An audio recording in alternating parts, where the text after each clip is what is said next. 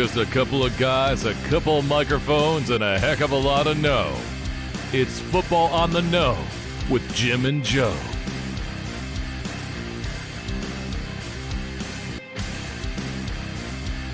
What they say, it's not the X's and the O's, it's the Jimmies and the Joes.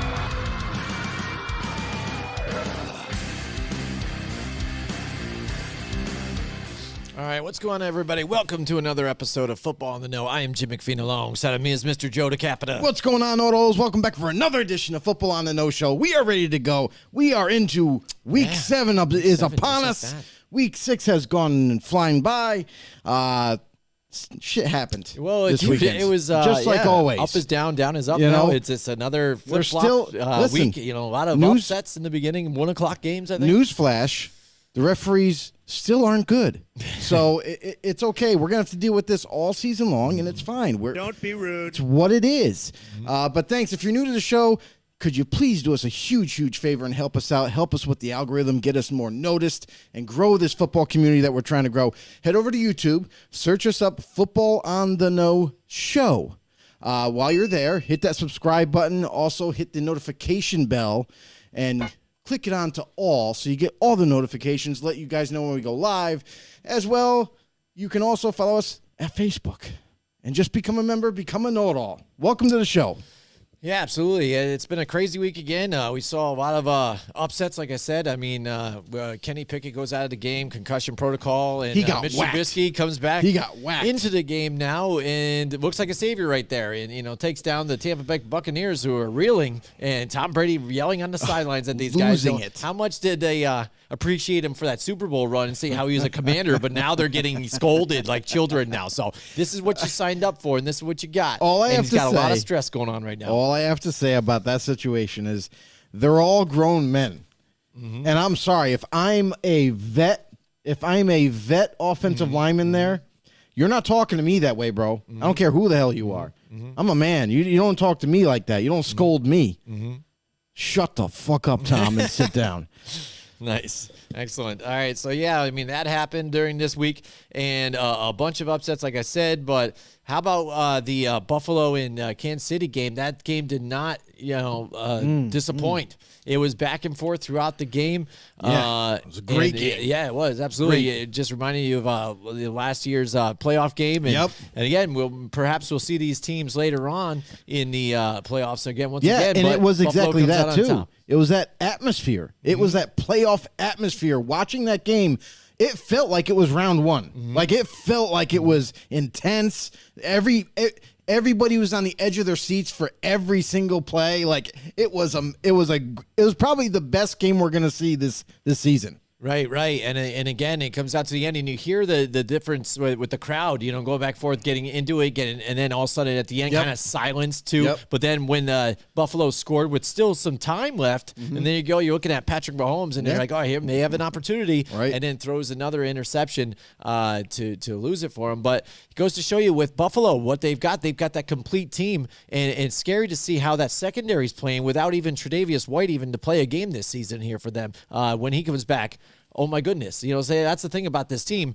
We've got the Philadelphia Eagles, who are undefeated right now, who potentially they could be the best team. Overall record-wise, they are the best team in the NFL right now. But when you look at the Buffalo Bills, they're just an all-around complete team on offense and on defense, running on all cylinders, and for the most part, staying healthy. Well, the one thing that the Bills do have that not a lot of teams have in this NFL is depth. They have backups that could be starters elsewhere. Like, that's how special of a roster that they have. So even when a guy isn't there, like you mentioned, Tre'Davious White, the next man up mentality is really good as well. So they don't miss much. And they got some of these youngsters from a year or two ago that are starting to develop and starting to become more impactful every single week for them. Absolutely, and these two star quarterbacks, you want to see how similar they are. Even you look at the strong arms that they have and what they're doing around the league. Let's take a look at even their comparison of their stats right now. This is how close this is, Joe. Here,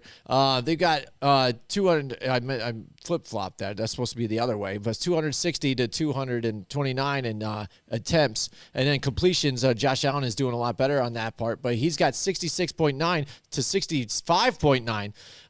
200 more yards on Josh Allen's side, but equal there with 17 touchdowns and 4 picks right there. So this is how similar these guys are here in the way they're performing, and they're still at the top of their level, in the top of the game right now in this AFC that seems like it's all over the place. Joe, we've looked at these divisions that we thought maybe were some of the toughest ones out there or front runners here, and a lot of last year's playoff teams, and you talk about, they every year, there's a playoff team or two that drop out. They're not going to make it this year.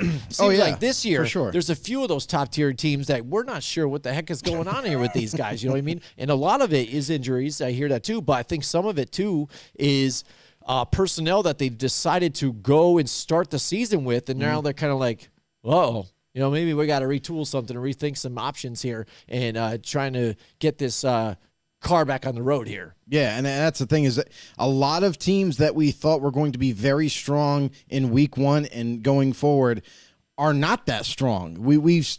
Now that we're going into week 7, we can notice the weaknesses and the holes at certain positions that they still have that they have yet to fill. And until they do so, they won't be the team that we thought they were. So maybe they're going to have to, kind of get through the rest of the season and look forward to the off season and maybe make those changes there. Hopefully they all work out. But one team to think about is the Tennessee Titans haven't been that great. They've been playing mediocre football, especially on offense. And then defensively, a huge letdown.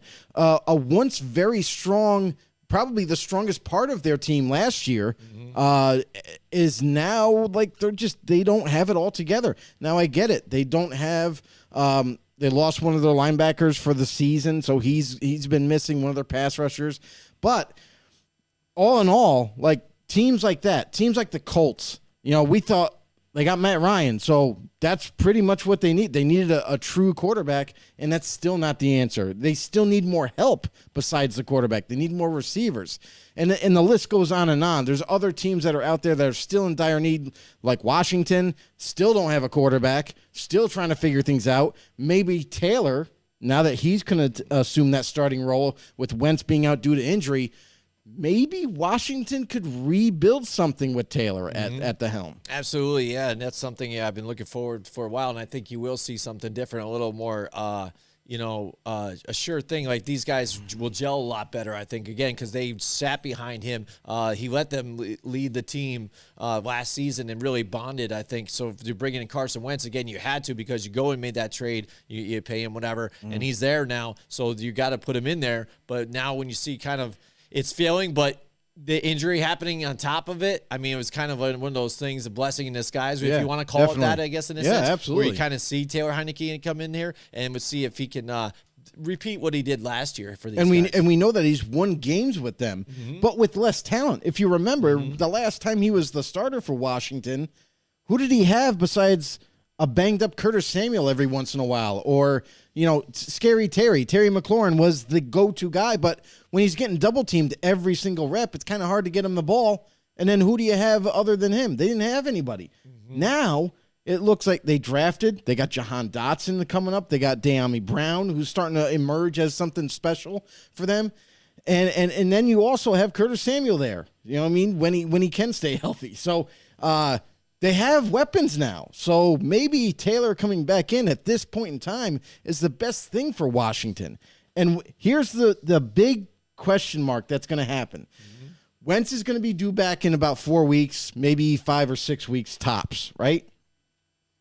When that happens, if Taylor is doing well, even if he goes 500, let's say Wentz is out for 4 weeks, he went 2-2, but you see something. You see something on the offense. If Ron Rivera goes back to Wentz, I think Ron Rivera just wrote his pink slip. He's going to be out of there at the end of the season because what Taylor is doing or what possibly could be doing for your franchise, and if you still decide to go back to Wentz because you traded for him, that's a bad decision, and that could write him off right there. Well, it's tough because he already put himself in a bad situation by going to that press conference and bringing up the quarterback situation, but then realize he screwed up, and then going back out there and being on the opposite spectrum to where he's all swearing, all mad, and he's like, I made those decisions. I decided to do this, and that was on me. That's a problem. It's like, okay, so you shouldn't have said that. You just did that. Now you're saying that was all your decision not to do all that, even though you don't like it. Now your decision. Yeah, not so good. Yeah, absolutely. So Washington, that was a tough game too. Thursday night, that was tough to watch, man. Again, a lot of these Thursday nights, these Amazon games, I feel bad for Amazon. I don't care. Money in all I have to say is I still think the Broncos-Colts was at worst. Mm-hmm. It was terrible. Absolutely terrible. So these primetime games, like I don't know who the scheduler is, the scheduler is for the NFL. But what I will say is that your job's got to be on the line after this season. Like you thought some of these matchups, and I understand, we get it. Some of these matchups are because one major player went to another team, so you want to see that player go against his old team type of thing, and we get that. But if both teams, just because that has happened, if both teams happen to go against each other, it doesn't mean you have to put them in prime time. If you can't project that those two teams are going to be must-see TV, like everybody knows, Bills Chiefs must-see. That's got to be prime time. You know what I mean? That just has to be. Or some of these bigger matchups. You know, those are what we want to see Monday night, Sunday night, Thursday night. But I got to wonder, like, hopefully we see something change for next season. You know, hopefully the scheduling is way better because after seeing this, you can't help but there's no way that they have just as good ratings this season as they did the season prior. There's no way. There's probably people look at those matchups and like, yeah, I'm not even bother watching it. You know, I'm going to go do something else. I'm going to watch a movie, whatever. So maybe because the ratings dropping, because people are looking at these primetime games ahead of time, then maybe because the ratings are dropped down now, you got to make up for it next season. You got to give us just all big time hitters. You know what I mean? We can't let that go. Yeah. Do you think maybe now that's part of the issue with now why they're trying to bring up that they might do Black Friday games now, like coming up? They're kicking it around that maybe Amazon again wants to be involved in that they're going to do that. It's definitely happening. I don't know. I don't know if I'm a fan of that. I understand that, like some, you know, I don't football's think good and stuff like that too. But not everybody gets that day off either to watch it. And stuff. No, so, but I don't. it's tough, I don't think this is. I definitely don't think this is you know, for the reason because you know bad ratings. We're trying to expand. NFL's all about making money. So this is just another way to make TV money. That's all it is. They're just putting another game out there, and it's going to be a part of another thing, and they're going to get paid more. Yeah, they'll get paid by the whatever streaming the service network. that might be around. Stuff like that. But again, how many people are going to be able to view that? You know, I mean, it's like not everybody. You know, so I mean, that's why. That's why you can watch it on your phone and stuff. So yeah, but anybody who watches a football game on their phone while they're at work, I think, is a piece of garbage. Really? Yeah. Wow, that's crazy. No, it is. It is. You're supposed to be there to work. You know what I mean? Yeah. I mean, depends on your work. I guess. Well, if you have one of those jobs, you know, like congratulations. But I mean, that's not really productive. You can still do your job and have it playing right there. You can. Maybe for audio, yeah, I guess, you know, the audio. But if you're watching it, then you're definitely not doing your job. So I'm just saying. But I don't know. I don't know about it. I really don't like it. You know, because again, it takes away from one, the importance of even Thursday games, like or for Thanksgiving, and two. Again, you're telling us you care about the health and safety of players, but you want to play them every single day of the week, just about, and then give them short weeks here and there, have them travel to London, and maybe possibly put a London team over there in a division, and then have them play each other and come back and forth and travel over the place. That's a whole different thing. It's where does it end? But what you know what I mean? But what I'll say is like Friday really is no different than a Thursday. Like it's another day ahead, and in terms of scheduling, sacrifice that. Not really. I mean, think about it. Thursday night football is probably it's the earliest game that you'll play during the week, and that's considered the short week. But if you have two teams playing on Friday night that week, they have until Friday to play. So I mean, apples and oranges. Like it's still kind of the same scheduling, just instead of doing Thursday night, now you have a game on Friday night. I don't know. I just still think, again, for a league that seems like there's injuries nonstop throughout this league, more than I've ever noticed before in years prior. Really? I think everybody's injured all the time now. I mean, look at what some of these fantasy owners trying to grab for guys, off of waiver wire that they can. This guy's back up in here and there. Everybody's injured every season like this. It's always crazy. It's getting with worse injuries. every year, I think. You think and so? Again, yeah, and even look I think at it's about the same. Well, no, and even look at the multiple concussions. Even after you're telling me that you're trying to design helmets to be safer and all this other stuff and all this stuff you're working on. Yeah. When you're having this concussion issue, just like throughout the league again, like multiple people. 2 years multiple ago, weeks in it a row. was worse than what it is today, because with those new technologies, they have brought the concussion percentages down slightly, but it's down from what it was 3 years ago. I mean, so I think that they are putting an effort into making the helmets, more to take on more of an impact, and it is slowing the curve of concussions happening. Yes, we're still going to see them happen because honestly, it really all the injuries and the concussions that are happening now are all stemming from taking that physicality in the hitting process in the offseason away.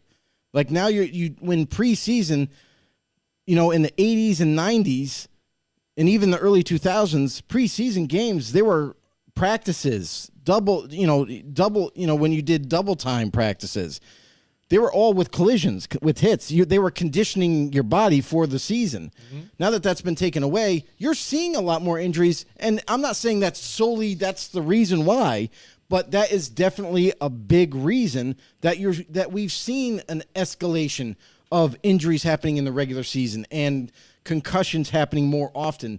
Not to say that they didn't happen before, but we're seeing a record number of injuries and concussions happening now just because everybody is, honestly, they have soft practices. There's no hitting going on to try to condition your body in football shape, like they like to term it, for the regular season.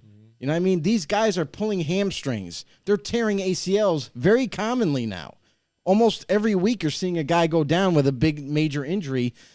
And honestly, it's because of conditioning. It's poor conditioning from preseason into the regular season. Well, either way you look at it, there are still Thursday night games. And just to let you guys know that tomorrow, if you're out and about in the capital region there, we are going to be broadcasting live from Saki in Latham, New York. That's right, October 20th, 7 to 8. Maybe a little sooner, depends on what we feel like. But there will be another jersey giveaway at halftime. And we have two to give away, so a choice of two. So we have a Saints jersey and a Cardinals jersey. So you get to choose whoever is that lucky winner. All you got to do is subscribe to our channel and be there present to win. And extended happy hour, $2 Sapporo drafts, and also select apps out there. So I'm excited. Yeah, extended happy hour. It will be 5 to 9. Mm-hmm. So make sure you get there early. Mm-hmm. Listen, they got $5 appetizers that are going to be there. They got a few choices to pick from. Special also, cocktails, you too. got to take advantage of the $2 drafts. The $2 Sapporo drafts, that is a huge, huge discount. If you love beer, that's the place to be. Tomorrow night at Saki in I like Latham, New York. Sapporo better than I like a lot of domestics that are around here. You know what I'm saying? Mm-hmm. Yeah, it's definitely tastes better and it goes down a lot smoother. Yeah, and then we got the jersey giveaway, so make sure be a lot of fun. If you happen to win the jersey, and here's the thing, it's very simple how to enter. You subscribe to our YouTube channel, you show us that you subscribe to us, and if you are already subscribed, just show us that you did already. Mm-hmm. And then you'll enter your name, drop it in the box, and at halftime we will announce the winner. You have to be present. Mm-hmm. You have to be there in order to win the jersey. And then you get to pick whether you want to be the Saints jersey or the Cardinals jersey. All right. Also, I hear we're going to have a special guest on with us, too. So that'd be a lot of fun. We are. Come down to Saki in Latham tomorrow and hang out with us and watch the Cardinals and the Saints here battle it out. So that should be pretty interesting. Let's see what we can get out of these offensive that has been struggling for those two teams here lately. But One other thing, too, if we want to talk about stuff that's going around the NFL right now, the fall meetings are going on with owners, and they're meeting to discuss a bunch of different topics, some that people, not so sure about. One is, possibly the option of ousting Daniel Snyder and him from the Washington Commanders. Now, Joe, do you think some of this might actually happened this season? I mean, they've talked about it multiple times. He's said that he's dug up dirt on the NFL too. He has stuff too, so he's got emails and everything. And it seemed like a witch hunt going after him, and he's ready to fight back. So what do you think is going to come out of this whole thing? Has it finally come to the owners to where there's pressure on them to just say, this guy's got to go? Well, there's already several owners. I don't know how many, but there's definitely owners that never wished the Snyder family to be able to obtain a team and acquire one. But there's also owners that think now that he has a team, they're like, oh well, he should definitely not. He's got to be ousted. The big thing is, and here's the other thing too, is the big indicator too of all this is that when Dan Snyder transferred power to his wife to be the chairman of the organization, that right there shows guilt in my eyes. Like, why are you doing that to hopefully keep the organization under your family's name? So there might be some hardcore truth about this. We're not going to know any of the details, obviously, until, who knows, 5 years down the road. But what it looks like the NFL is prepared in the meetings to have a big, long discussion. Obviously, Snyder's going to be there. He's going to say his piece. The other owners are going to convene, and they're going to talk and give their points of view. And there's going to be a vote. There's going to be a vote on whether Dan Snyder and his family stays in control of the Washington Commanders, or very possible that if they reach 24 votes, that's what they need. They need 24 votes to get him ousted. So if they are able to get that much support to push him out, it's going to happen, and then he'll be forced to sell the team.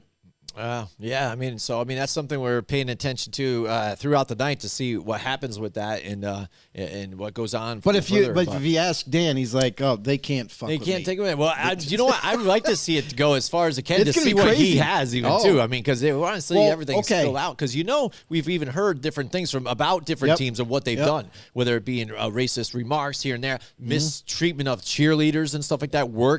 Sexual, things. how they word it, harassment. Yeah, and things sexual like that. harassment in the office. That's the reason why what's his face from the Panthers, he got ousted, and he had to sell the team. So also another quick note, this kind of ties with Dan Snyder in a sense, with Washington anyway, is remember all those emails, the 650,000 emails that the NFL kind of combed through, and then they found one email that about Gruden saying something about Goodell in a negative light. Well, that case too, Gruden's case, is right around the bend, and it looks like it's trending towards being a public trial. Now that is a huge win for Gruden, because now it's not going to be handled in behind closed doors, and the NFL could be exposed. Gruden also says that he has stuff on Roger Goodell, and with Dan Snyder and Gruden, if they both have not so nice evidence on Goodell could be ousted out of being the commissioner of the NFL. Fatality. So there's a lot going on, and it's almost like a triad of court cases that are all pointing towards the NFL. If Snyder gets his way, because of that tie with Gruden and his emails with Washington and Bruce Allen, who was the GM there, who knows? We could be on the verge of something really big happening, and where the NFL gets exposed.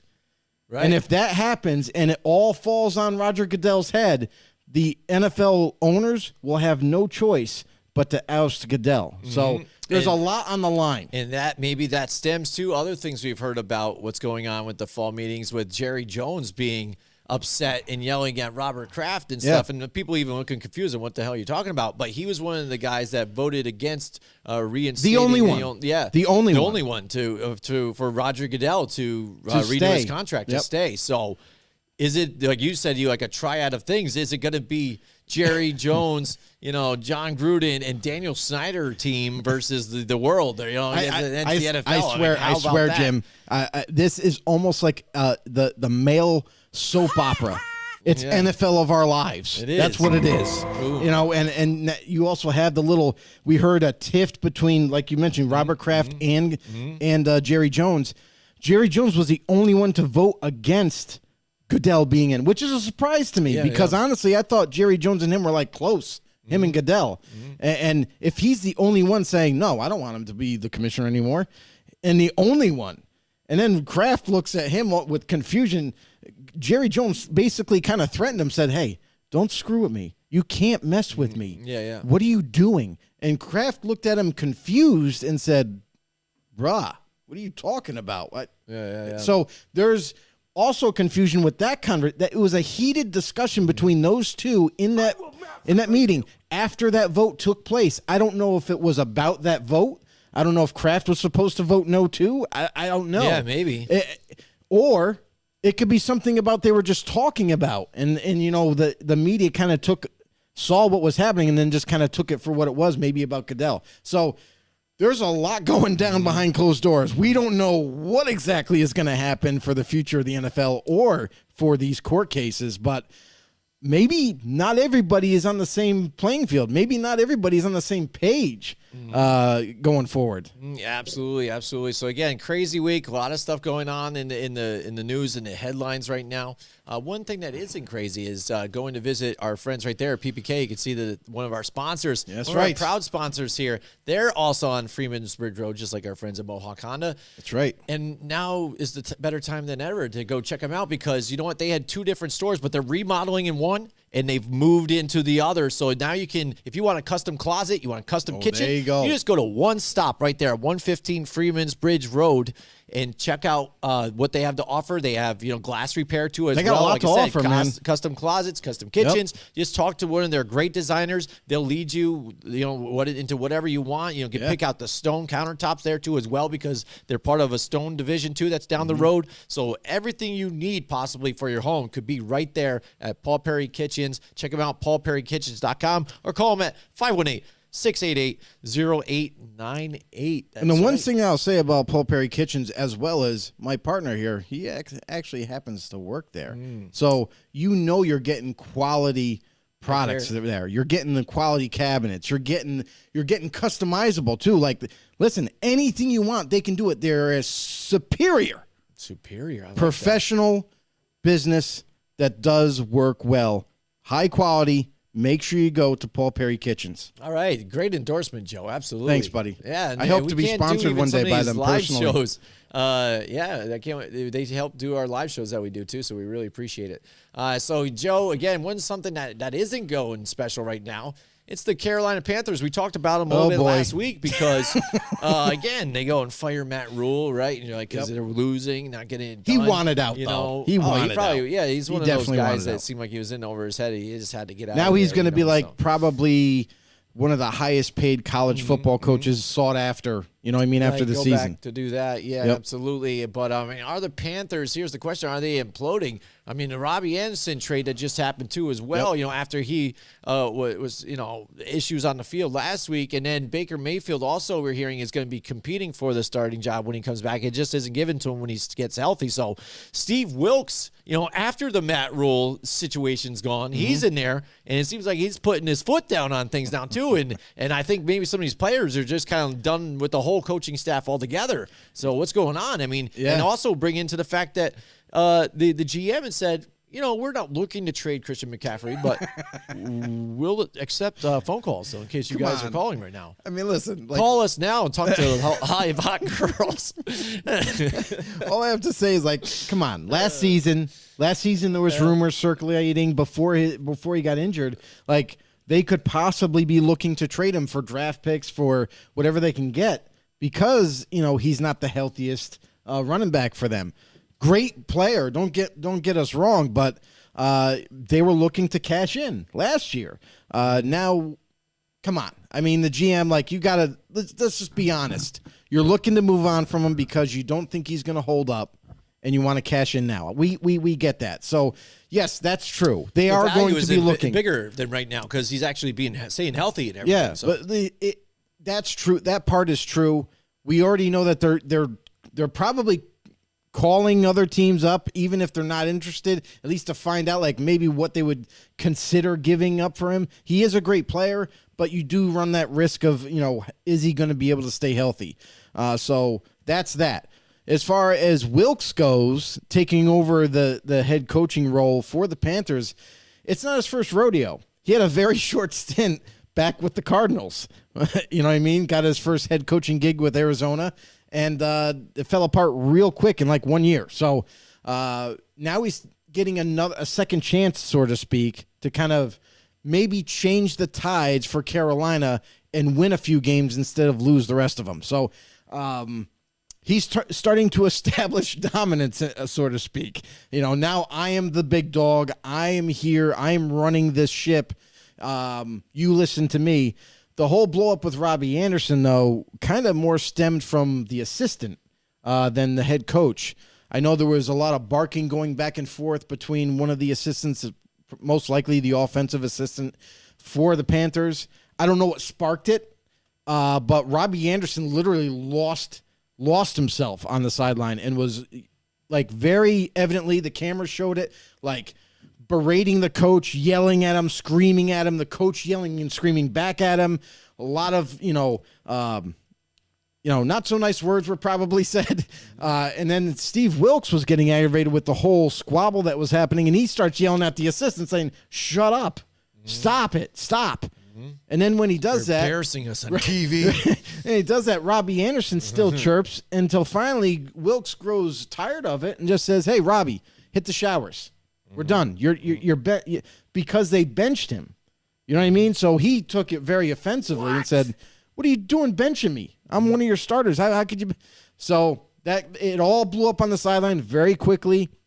And then the very next day, I was waiting for it. I was looking at the transaction, you know what I mean? The transaction news. And I'm like, this blew up on the sideline that quickly. There's no way he stays. He's getting traded.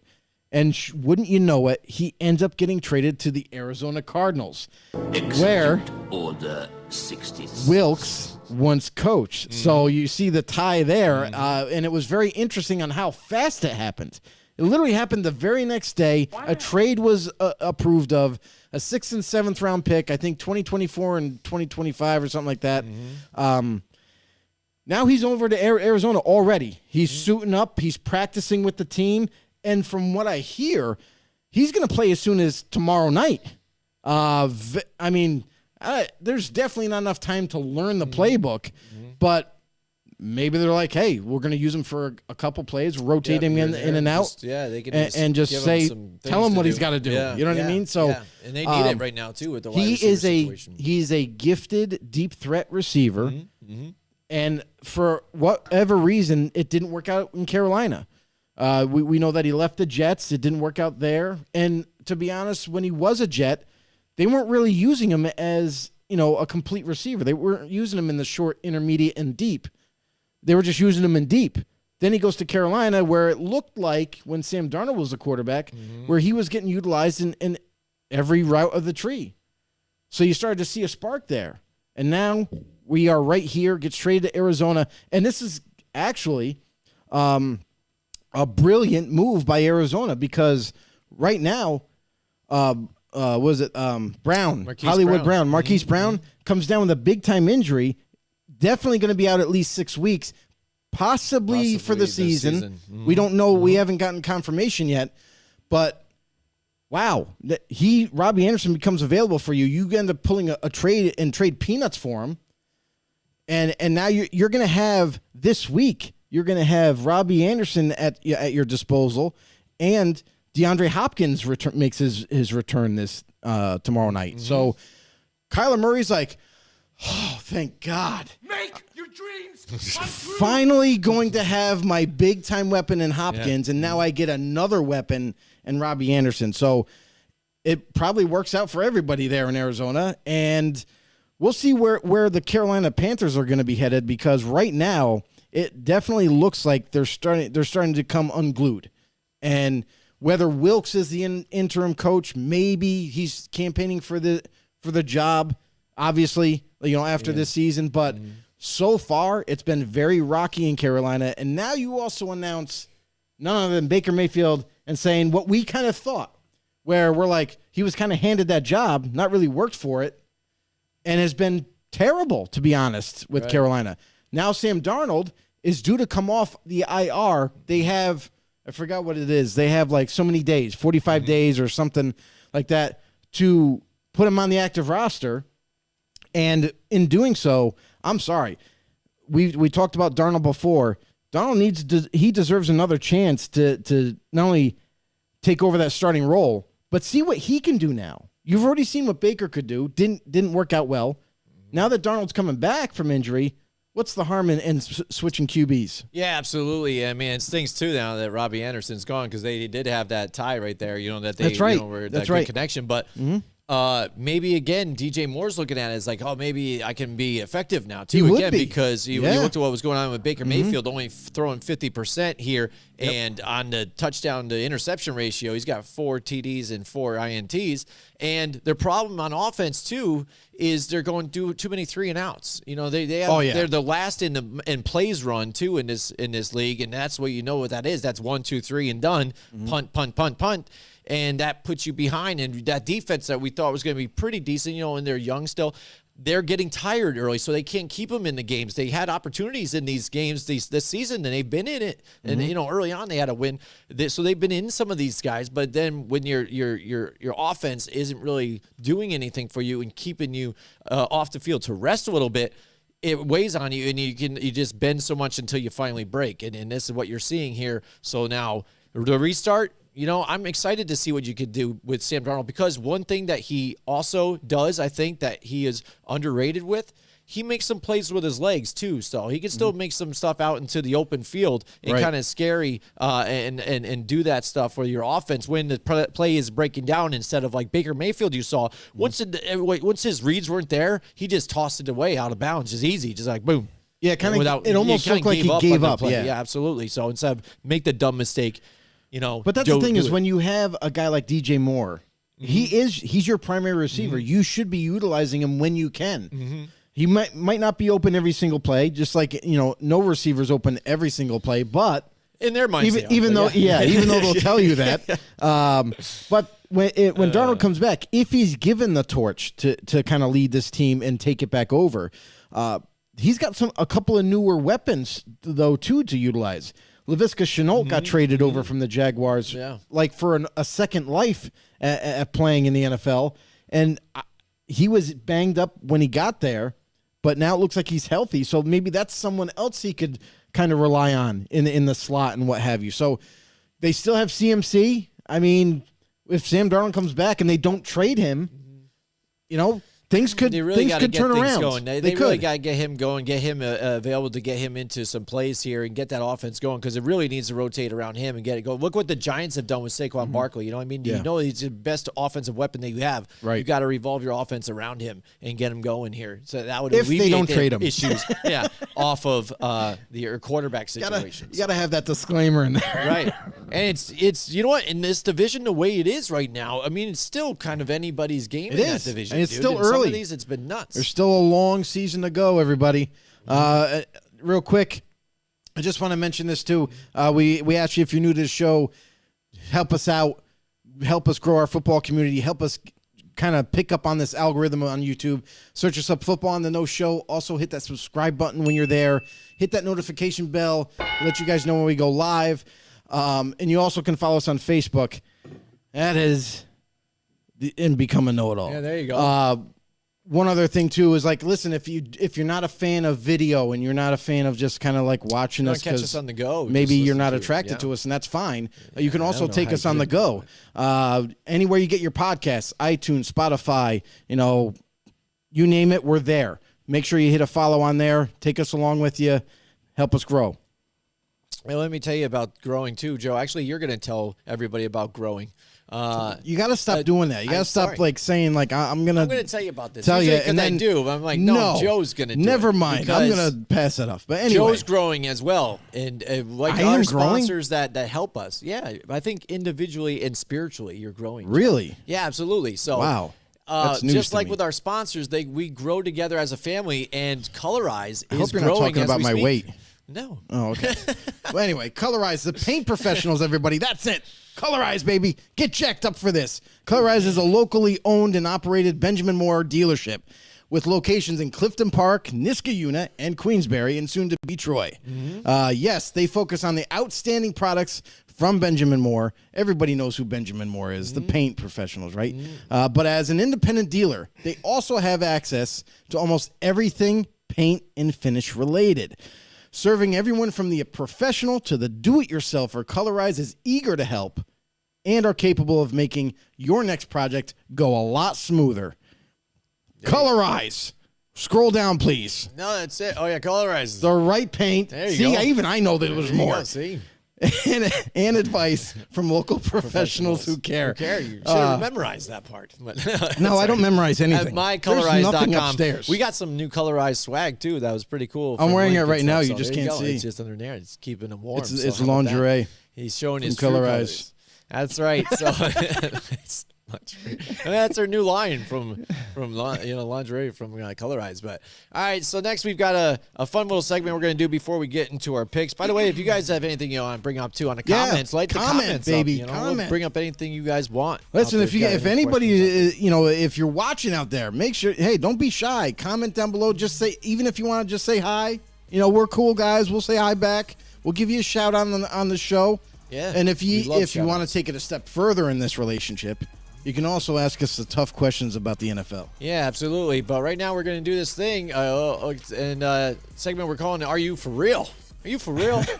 I hope so. And some of the teams, I guess, that we were looking at, we're just going to look at a handful of here. That again, I don't think a lot of people really expect a lot of the stuff to happen this season with some of these teams. Right. And so we're kind of just going to debate them a little bit, just kind of look at them and say, ask ourselves, like, Joe, you think these guys are for Excuse real or not? I me. mean, who knows? Or do you think just a flash in the pan? Or let's look at their schedule and see what they can do. But let's start off with my first team that I thought of here. here Let's we go go. with the Atlanta Falcons, Joe. Falcons, I admit I picked them to be last in the division. think a lot Didn't of people expect did. a whole lot just because of some of the things they lost. They lost Matt Ryan on top of it. Arthur Smith still was able to do some stuff last year, showing that, reviving Cordarrelle Patterson's career and getting that done. But Right, again, losing some weapons here. But still, managing ways to win. And this defense actually has been playing really good too, Joe. And they've got that underdog mentality, much like what the defense of the Philadelphia Eagles did, back when their Super Bowl run. They feel like nobody gives them a chance or whatever. They're out there to fight, and they're fighting, and they're winning. Yeah, I mean, the Falcons have been a pleasant surprise. Honestly, like, I had them last two in the division just because we didn't know what to expect. New quarterback with Marcus Mariota coming over. Used to work with Arthur Smith back in Tennessee, so they have some familiarity there. But even so, you had to look around Marcus Mariota. What did they have besides Kyle Pitts at the time? Before the draft even happened, everybody was kind of questioning that offensive line. How well were they going to play? What was the offense with Mariota in it going to look like? And honestly, Drake London, when they drafted Drake London, first-round pick, you don't know what to expect with rookie wide receivers because typically, they don't make a big impact their first year. It takes some time for them to get acclimated to the league. But Drake London has been a very impactful weapon for them, even in his rookie year, with Kyle Pitts, with the running game that they've been able to establish. But unfortunately, Cordarrelle Patterson sustained an injury, so he'll be out a couple more weeks. But that team overall was very impressive on offense. And then what was a big problem last year for them was defense. Even having Grady Jarrett, even having Deion Jones at the time, even having, the corners with A.J. Terrell and some of these younger players coming up, there were still big question marks on that side of the ball. And honestly, I didn't give them too much credit. I was like, wow, they still got a lot of work to do on that side. offensively, you don't know what to expect, and that's kind of why we felt that maybe they're not going to make a big impact this year. Maybe it's going to be the following year. But, wow. All I have to say is not only did that defense play so much better, they have been playing balls to the wall, defense, sideline to sideline. They've been actually killing it on the defensive side of the ball. Despite having some weaknesses or what have you, they've been able to cover that up and put some duct tape and bubble gum on those areas. But they've been able to play relatively well. Same thing with offense. Now we're starting to see what this offense is looking like. Marcus Mariota is making very good throws, good decisions. He's also taking off with the ball a lot more often to gain yardage as well with his legs. So I will have to say I'm pleasantly surprised, and I will say right now they are for real. Oh, wow. Bang. So Marcus Mariota, for me, again, is still the same old Marcus Mariota. He's got 6 touchdowns, 6 INTs. Hater. He's a running guy that throws a ball every now and then. Hater. And this is what you're seeing with this offense. What they're up there second, I think, in rushing, and third in rushing attempts, I think, altogether, too. So they're up there in running attack, even without Cordarrelle Patterson in there. You got Algier, you've got Marcus Mariota himself who's putting out there and getting that running game going, and that's what they're working around. And that's what basically Marcus Mariota has been his staple, though, and they've tried to get him around in this type of offense, and that's what's working. It is the scheme altogether. And again, we're not acting like, all of a sudden they're like undefeated or like a huge record, but a team that was competing in some of the games that they lost. Good. But they're even at 3-3 right now, but they are winning in here, and they just beat a really good team. So they're competing. For me, I think they're going to compete. I think they're going to lose a few more, too, because, again, when it comes to some other teams that are better, they might falter a little bit. But at this point in the NFL, who is a good team, except for very few that you might be able to pinpoint, but teams that were good last year definitely aren't looking that good this year, especially in the NFC with teams like the Green Bay Packers and the Tampa Bay Buccaneers, who look awful on offense altogether, just absolute dreadful. So, for me, again, I don't think they're for real, but I like what they're doing. They're getting it done, and I'm actually pleasantly surprised by what Arthur Smith has been able to do because, again, we talked about it when he first got the offensive coordinator job for the Titans.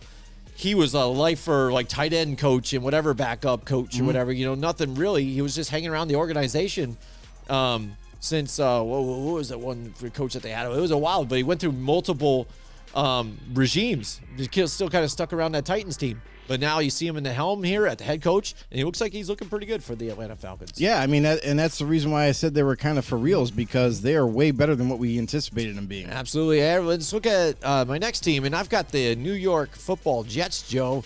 What about the Jets here and what they've been able to do ever since that statement here that Robert Saleh was taking receipts? Boom, he's popping them on here and there, and they're fighting like dogs. It's not even their offense, whatever. Their defense is doing great. Sauce Gardner is just absolutely stunning. And you see what happened with that draft and how well they drafted. And it's really paying dividends here, and it's showing now finally on the field. And Zach Wilson, although he still makes mistakes here and there, having his mobility has been able to alleviate some of that issue there with the offensive line and with that offense to keep the play going and keep the play moving, not that you didn't have before with Joe Flacco. No, and we kind of said that when Zach Wilson was returning, that he was going to also offer that the mobility with his legs, in the offense, and he was going to be able to escape pressures and what have you. So I will say this about the Jets. They still got a little bit more to go. We already kind of knew that before the season even started, but I am pleasantly surprised on how competitive they've been playing, even with the loss of Mekhi Becton. That was a huge loss, but I mean, let's face it, the guy hasn't played in 3 seasons. He's always injured. So they have to play without him regardless. Hopefully one of these seasons, maybe next year, he'll stay healthy. But defensively, listen, we were very excited for them defensively and what they were able to obtain in the draft. Offensively, they have some young weapons. Corey Davis is still like one of the primary receivers. Elijah Moore, surprisingly, who I thought was going to be one of these guys that were going to move the chains quite often and everything, is kind of like out of the loop for some reason. So I wonder what the disconnect is with that on offense. But Bryce Hall has been lighting it up in the backfield, definitely the primary back for them. They finally found their number one guy to tote the rock. And with Zach Wilson's creativity and spontaneous play at times, it's working on offense. And then defensively, they are getting better every single week collectively. They got a lot of young players that are all playing for each other, and they are beating competition that we didn't think they would be able to beat, like the Packers, who they kind of stunned us and said, wow, that's a statement game. Like they are really playing very well so far.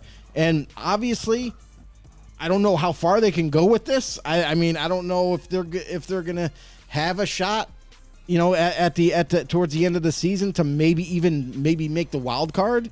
But it's exciting to see an organization that has been trying to get back to glory, and it looks like they're on the cusp of becoming at least a competitive team that we've seen, but maybe more in the future. So Yeah, absolutely. for me, I would say they're for real right now because they have definitely superseded expectations.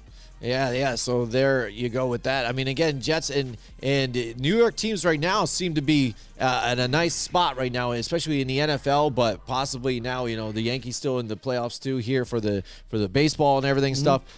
We'll just pray for the Knicks still, I guess, for them. God, forbid the damn Knicks. But they're the only thing holding all the New York teams back. But, yeah, it looks pretty good what they're able to do. And, again, Joe, you talked about that defense again, ranked 9th right now in yards. And also turnover. The turnover game is key here. They're 5th right now in turnovers, and you saw it against good quarterbacks, Aaron Rodgers and things like that, being able to get the turnovers. That is key against a quarterback that can just drop something on you real quick and just lose. You can lose a game in just a click, just like that. So the turnover game, that's how you can win all the time, and they're getting the teams off the field. So the Jets, I liked what they're doing again, too. They got a little ways going, but, hey, they're surprising me right now. Again, I just don't know. I like what I see. I'm not sure, though. I like what I see, and they're only going to get better next year. Yeah, there you go. So, yeah, they should. Yeah, only can get better. All right, next up. We'll stick with New York. We got the New York Football Giants, Joe. Now the Giants again. Back-to-back weeks, they take down the Green Bay Packers and the Baltimore Ravens here. And down in that game, the last game here, by 10 with only a limited amount of time. And the defense, again, you talk about these different offenses and how the league's trying to change, trying to get scoring. And this is some of the things that they're actually having conversations about in the fall meetings and stuff, the numbers that they're seeing between scoring and blah, blah, blah. And they brought up the fact that, the scoring differential here of games of being won is under 10, which is something that they wanted. So you are seeing the difference and the parity that they've been looking for now. So you're finally seeing that. It hasn't been seen in like 10, 20 years here. Yeah, the average is 8.9. Yeah, absolutely. So you're starting to see it. So that means these defenses also are getting a lot better. Right. It's the first time we've seen that average that low since like 1936. Yes. Just imagine that, guys. 1936. Yes. 90 years ago. It's crazy. Absolutely. So, I mean, and the Giants right there making big defensive plays right there to kind of help that offense out, and the offense scoring when they were given those turnovers and things like that and those stops. Big plays at big times, and it's heavy Saquon Barkley and Daniel Jones, again, limiting the mistakes and getting it open to some of these guys, whether it be Bellinger or whoever might be out there at the field at that possible time, because, again, Rondell Robinson. Rondell Robinson will hope, again, be on their field more, but and Thibodeau's making some plays now. He's growing weekly, as you see. In first game, again, not so much pressure, but week to week, getting just a little bit of a hand out there to get blocks and things like that. Yeah. Hopefully he's maturing and getting into this, but the Giants are buying into this whole thing. Yeah, I mean, do you think they're for real? You're a Giants fan. I'm a Giants fan. So here's the thing. You're a Giants fan. You know your team very well. You know what I mean? And and obviously, like, we pay attention to the NFL, but you know the ins and outs of your team extremely well. So you see stuff when you watch football differently than what, just anybody when they watch football. They're just watching and hoping their team wins. But, like, there's certain things that you can see, like maybe a player that is excelling that you didn't think would do much this year or whatever. But in your eyes, for this team, are they for real or are they just for right now? Yeah, and I think they're for real. And then, like you've talked about the last teams here with moving forward too, that's what I see. I see this is a great start, but then also moving forward, because the difference that you see with this team is they have life and they're not afraid to to keep going. They don't roll over like you saw teams last year, and then even before with other regimes. They seemed like once they were down, they got defeated, and then you see Saquon Barkley at the end again, like, oh, we lost again. Here we go. It's just loss after loss or whatever. And despite having injuries, still putting a field, manning a field out there, a team, and winning with what you have. And the biggest difference is the defense. Yes, the absolutely. blitzing nonstop, getting pressure in those situations to where even they might get the slightest lead, not backing down and saying, hey, we'll give you everything underneath. Yeah, No, right, they're just saying, we're going to still play our game. We're going to pressure the daylights out of you. We're going to bring safeties. We're going to bring this guy over here. And it's worked. That's what I mean. That's why you see these defensive plays where you're getting those blocks that turn into interceptions, pressuring Lamar Jackson to where he rolls out and then throws into something to try and scramble and make something happen, and doesn't see Love come across there and get the pick, just like that. So pressure is key right there, and that's what the Giants are doing differently on defense. And one thing that they didn't miss on after the whole coaching change and the different schemes that were implemented is their defense is still really good.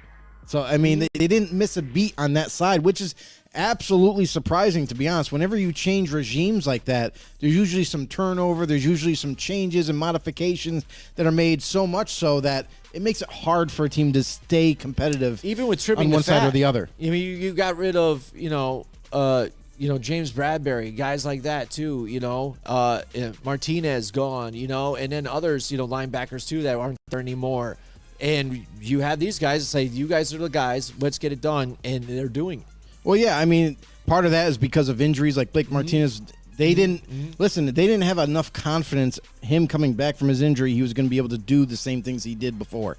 So it's just being smart about your personnel, and they've done a very good job of scouting, of adding certain free agents that they thought they needed, and implementing their schemes to a point where they haven't missed a beat on defense, and offensively they're still trying to figure it out.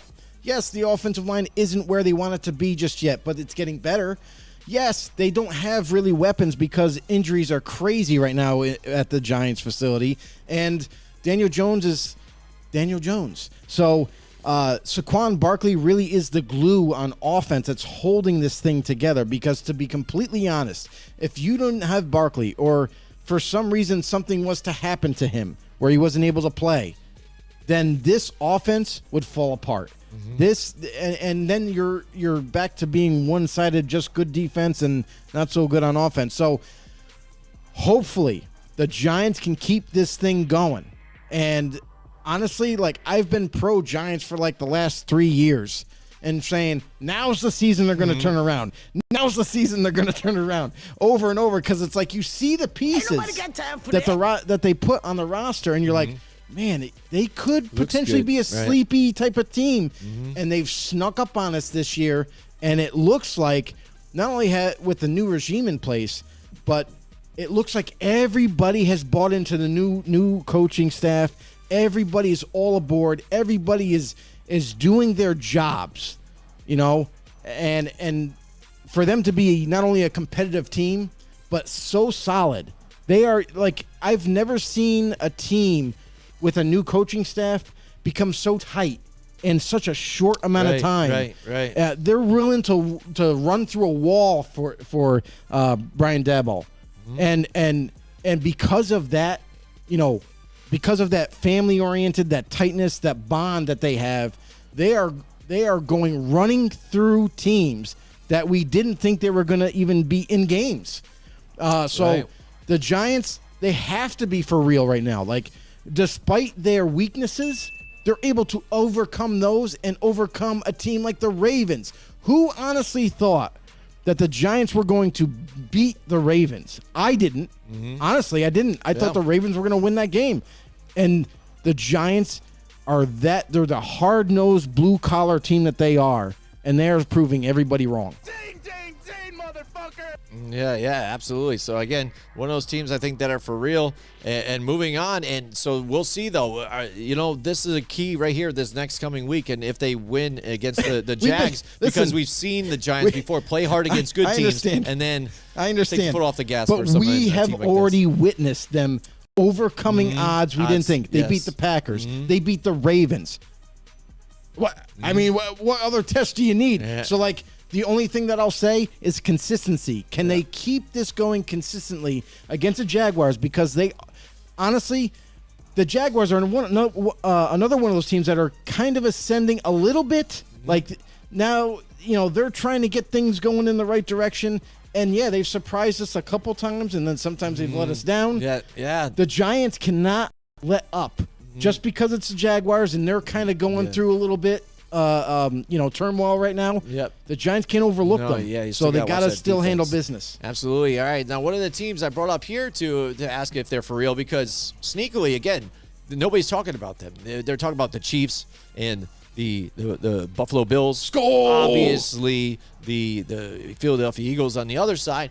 But here we are with the Vikings at they're 5-1 right now, despite how poorly really Kirk Cousins has been playing. You know what I mean? But still, He has his moments. Justin Jefferson getting his due there, and Dalvin Cook again running like a beast, and that's the thing. I think that's key for them, keeping him healthy and driving that offense through the run game.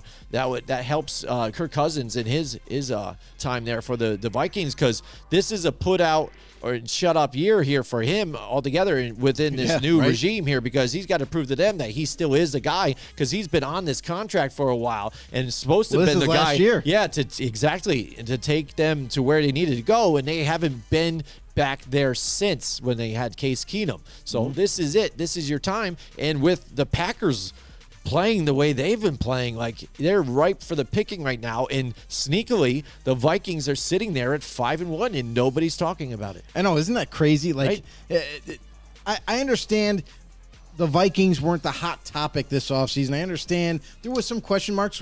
I know we had major questions on the Vikings. How good were they going to be on defense? We saw some holes on that side of the ball. And then you look at Kirk Cousins in that offense. Kirk Cousins tends to struggle. We've seen it before. So didn't have too much praise for them in the offseason, but now you look at them now, 5-1. The defense, to me, is the big change of that team. That they have been playing at a higher level than I thought they were capable of, and they've been keeping their offense, kind of on the field more often, and that's really kind of given more chances for that team to score points and help them win games. So, despite, like you said, despite Kirk Cousins' mistakes here and there that he does have, we already know kind of what Kirk is. Sometimes you're going to see games where he throws for over 300 yards and has 4 touchdowns and 1 pick. And then there's other games you're going to see he throws for under 200 yards and has thrown 2 picks. You know what I mean? So we're going to have those games with him, but they're able to sustain continuity with the players that they have, and the uptick that the defense has shown. It's hard to debate. I mean, honestly, when Kirk is struggling, the defense picks it up on their end and gives the ball right back to them, give them another shot, and it's working out really well for them. Do I think that Kirk Cousins is going to be the future of the Vikings? No. But I think what it is showing is that how resilient this team is, and they're able to stack wins right now. They're 5-1. I didn't think they were going to be terrible this season, but I didn't expect them to be able to be better, honestly, be better than the Packers. I think even with Devontae Adams leaving Green Bay, I thought they still were going to be a tough team to beat. And the Vikings, they're steering the ship right now, and they could be leading this division and winning this division by the end of the season. Yeah, absolutely, and that's the thing. They're for real. It's They're for There real, you go. but they're only for real because Kirk Cousins sometimes make good plays. Well, yeah, I mean, and if you look at their schedule, though, I mean, it's pretty good for them right now with the way pretty some of easy. these teams have been playing. Because if you move forward now, you've got a bye week, then the Cardinals, then the Commanders. You got the Buffalo Bills and Dallas Cowboys back to back, so that would be tough for them. The Patriots, the way they're playing, though, too, they could be on this list, too, because I'm not sure what the hell is going on with them either, too, because now you're seeing, again, from the ashes, the third in the depth chart quarterback coming out of here, Zappy. being a star here for this team and the same bringing them to quarterback. life. Isn't it amazing? He's the same And, quarterback as Mac Jones. That's really what they draft and they're specific playing quarterbacks. well, and they're getting it done. And and after that, it's the Bears. Then you've got the Packers. Then the Lions again. So they could win a lot of games. That's the thing. You got to play the Bears at the end of the season again because they got the bad part of the division. Yeah. So. Again, these are some wins here. 4 or 5. They're looking at possibly. Easily We don't 10, know what can 11 happen. wins right now. But again, with this division stays the way it is, that's easily enough to take the division. We've seen poor divisions or close divisions like the Giants division, the NFC East, win with a 7-9 record, take the division championship. Yeah, I mean the ultimate equalizer though too is how healthy can this team stay. Because we already know Dalvin Cook isn't the healthiest running back. If they were to lose him, that would be a big deal for the running game. And what's to say, Kirk Cousins, what if something happens to him? And now that completely just derails your offense, unless for some reason you have a quarterback in your pocket that's going to just kind of as a backup come in and I can picture him in my mind, but one time there was a backup quarterback for the Vikings. Kirk Cousins did get hurt, and he came in, and they were still winning games. Chase, I forgot what his name was. It wasn't Case Keenum, right? Case Keenum, Case Keenum. Yeah, Case Keenum. Like, who knows if they got a guy like that maybe that no one even knows, and he comes in and balls out. But whatever. Yeah, whatever. Yeah, exactly. Vikings, again, sneakily up there. One of those teams, again, I think is for real out there, but, again, nobody's talking about them. So they're kind of under radar team. For sure. And finally, I'm just going to say this team here, too. You brought them up right in the beginning of the show. So I thought you were going to go right into this even segment here, right? I'll blow it because you had a great segue right into it. I just you can't almost do that. did, just It's like not that. part I know, of the but it was program. great. You did a really good job at it. But there you go. It's the Tennessee Titans again, the team that lost to the Giants first off right there. And that's where we saw a piece of what the Giants possibly could do. And everybody was shocked. You were able to keep Derrick Henry at bay. And then even they kept going and keeping other good running backs at bay. But the Titans, you're looking at them and you're like, oh, all right. See, this is why, this is the effects of not having A.J. Brown. This is what's going on. They can't do it. Ryan Tannehill, he's there. Doesn't look very good. They get blown out by Buffalo to where you put Malik Willis Is that into. surprising, though? They just,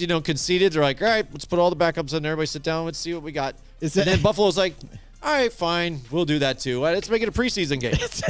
Is that really surprising, though? The Buffalo Bills, they were like the favorite to go right back to the playoffs, probably win the division. Right. I mean, but even again, I for me, one of my earliest predictions again is that you'd see these guys scale down a little bit because I thought maybe it was the Colts' time now that they had Matt Ryan, and this is I think a lot of finally people thought when that. it changed hands. Right. And you were kind of seeing it on the field. Maybe it looked like. But then I think, again, that Mike Vrabel tree, the coaching, getting them together, get everybody's stuff together, and start saying, hey, let's run our game the way we do it. Let's do what we do. And then they started doing it. And what you said, despite some of the issues, though, you were seeing Justin Simmons, last year, like you said, making big plays here. The defense, too. They were lacking in some of that. So despite the early losses in the turmoil, come back now, and they're even right now in 500. But still, with this division the way it is, with the Colts and then the Jags tailing off, everybody, it's in turmoil. They've seemed like they're maybe the real deal again, getting back to it. yeah, I mean, and that's the thing too. Tennessee, we bought in on the hype before the season started. We're like, well, their defense was really good last year, and Derrick Henry runs through people like He's just a whole nother animal. You see his workouts with the chains and everything, and you're just like, oh my goodness, he's just look amazing, at this guy, man. Amazing athlete, and you think about it, like they're gonna do it again, right? Like they're gonna be successful again. Don't know how successful because they lost a couple of pieces, but they're gonna be okay. Now we're into week 7. Not everything is okay in Tennessee. There's a lot of confusion. There's some speculation. Why A.J. Brown wanted a new deal. It sounds like they didn't want to pay him, so they ended up trading him away, which could have been one of the worst decisions for Tennessee. That they did draft Treylon Burks to kind of replace him. but he's a rookie, and he's showing flashes of being good, but you're on a team that predominantly runs the football. If you're a receiver, Tennessee is one of those offenses where you die. You know what I mean? Robert Woods signed with Tennessee, you know what I mean, in hopes of kind of becoming that number one threat for them, and he's not even used half the time. So I'm a little confused. Traylon Burks also went down with an injury not too long ago, and it's kind of because this team is almost one-dimensional. It begs the question, like, are you running the ball way too much now to be successful? We all know Derrick Henry is an amazing athlete. We all know that the ball is going to go to him when you need to run the ball. But isn't it time to kind of open up the offense? You know, kind of make it more of a balanced offense. You could still run the ball, maybe 60-40 ratio, but shouldn't there be that threat of throwing the football with Ryan Tannehill? And I think that's the problem. I think because everybody has been able to study this offense to this point where everybody kind of has that same idea. Not everybody can do it, but if you have a good enough defense where let's concentrate on Derrick Henry. If we can shut down Derrick Henry, this offense, it doesn't do much. And that's what's been working for some of these better defenses. If they've been able to lock him up, like the Giants locked up Derrick Henry, their offense was kaput. It was nothing. There was no threat. So, and then defensively, they scaled back a little bit. It's confusing. Like, I don't know if it's because they're on the field too much, maybe, and they get tired. Because this was once was a very good defense. It's not so good now. So, because of all this going down, because I've kind of hopped off the train now. I can't trust this team. I still think they're a well-run team, well-coached, but they're missing elements on this offense, which I feel like is holding this team back. So, for me, they're no longer for real. There you go. Yeah, and I'm kind of on board with you, too, as well. Again, some of the wins that they have had has been to not really great talent. And what we're going to see now, this coming week 7, is a face-off between the two teams we're talking about, and that maybe would be able to take this division, and it's the Indianapolis Colts. So, or we'll still be confused after this one. Yeah. Watch it be another tie now somehow. Here we go. They're going to tie again. We're like, oh, we don't know who's better. I guess they're both the same, you know? So it's going to be tough here. So this is where the fight for the division has got to be between these two teams. Yeah, absolutely. So this is the game to watch for this division this coming week and see where that leads us. But again, for real, I'm with Joe too as well, and just can't have them be for real here on this one just yet. Although again, I really like their coaching, what they're doing. I think just another Mike off Vrabel's season really here, good. they can maybe retool some things and get things going because I mean, again, Ryan Tannehill, you're getting further along too. You got Malik Willis. The future could be pretty bright for this kid, and I love see Willis. what they do. You know that I was like freaking in love with this kid absolutely. coming out of the draft. I thought he was, in my eyes, he was the best quarterback to grab. And we've seen flashes of his mobility and how well he could move the ball with his legs, but also he has a cannon for an arm. And he made some great throws when he got that limited time on the football field. I think they're in good hands with that part. However, the other caveat of all this is I have to go back to the offense. Don't they have to open up this offense and not be so close-minded to throwing the ball a little bit more, because teams are just keying on Derrick Henry. If they're able to stop him, your offense is almost dead in the water. So I think Mike Vrabel might have to go up to his offensive coordinator, and I don't know. I don't even know if they haven't had a bye week yet, correct?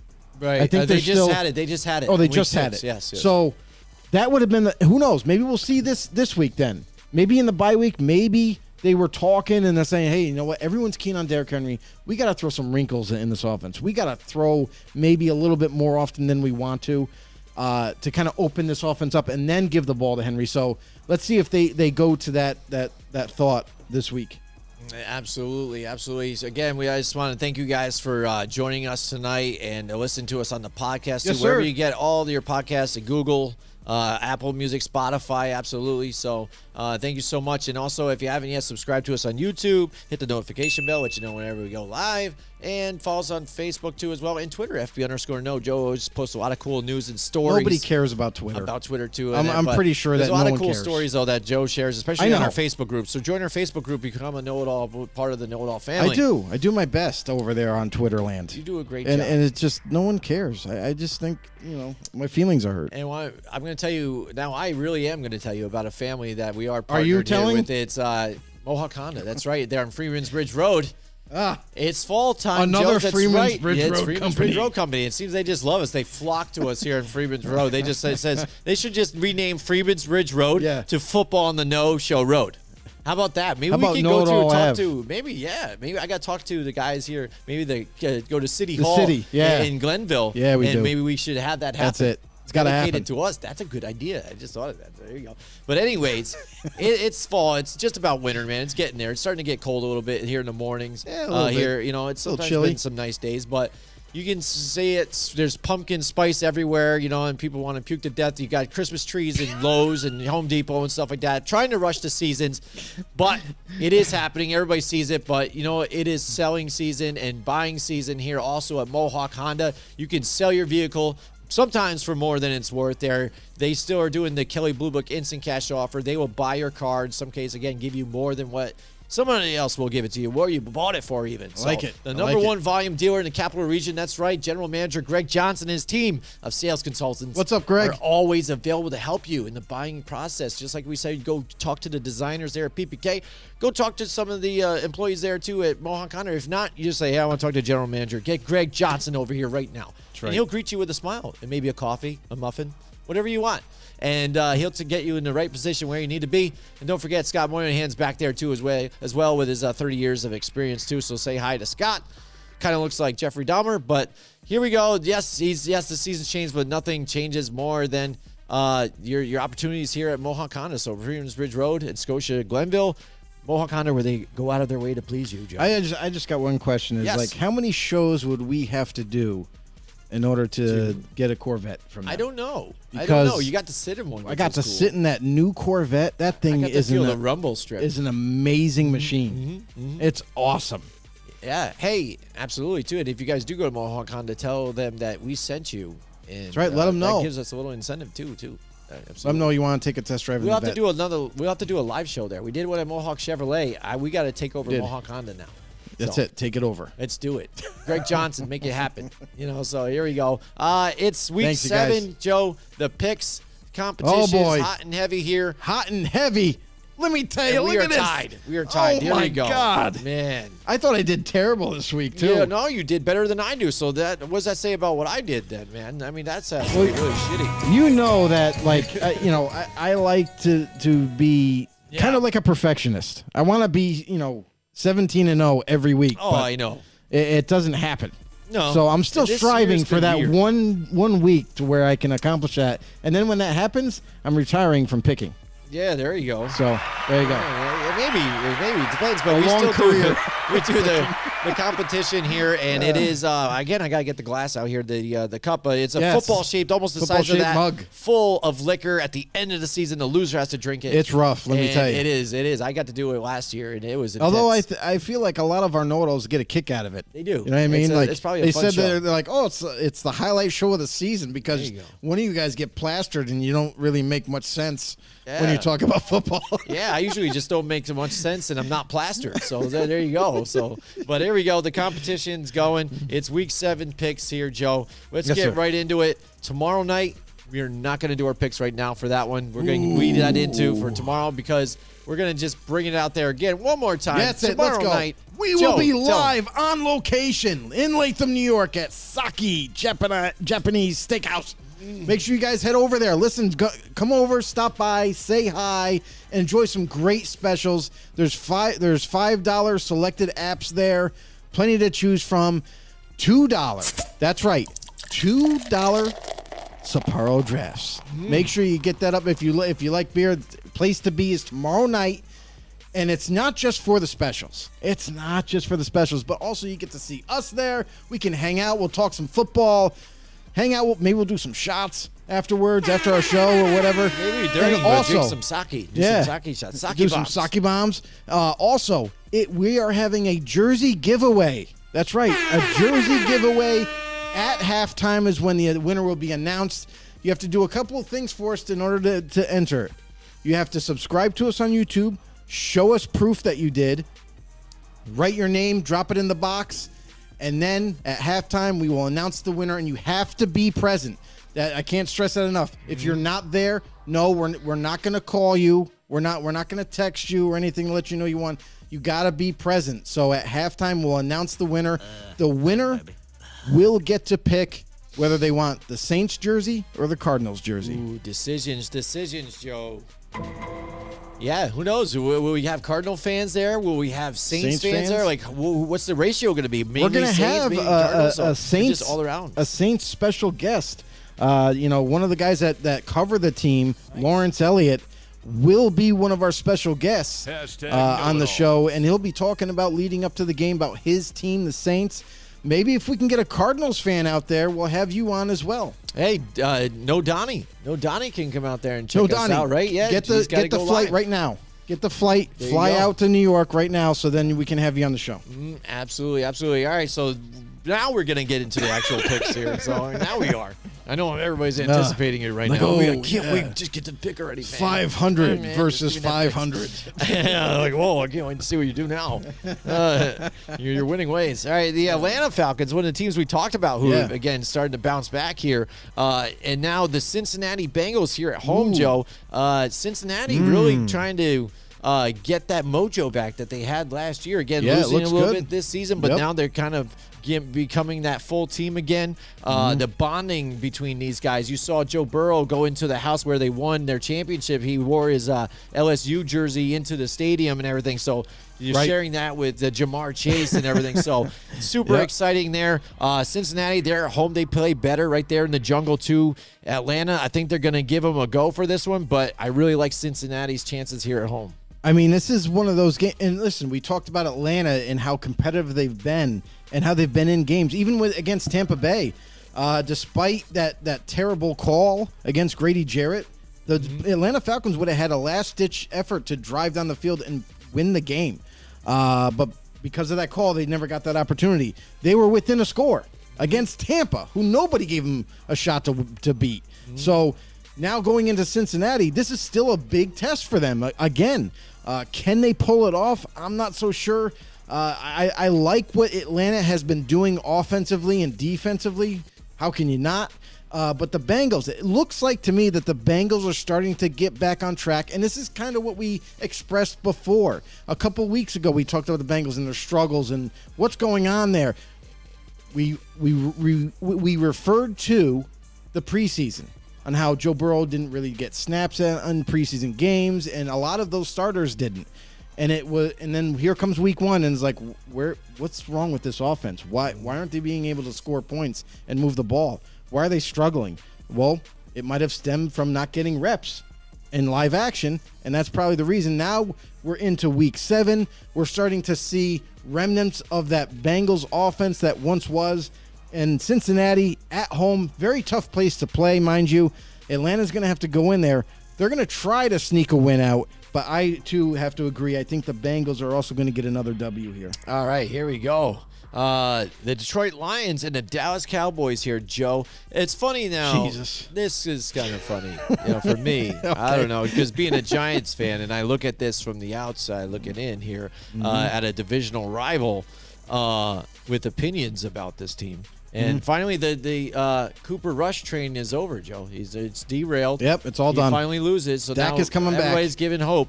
But it's funny how he's been taking reps and he's been throwing, and things have been kind of good, but I still won't play.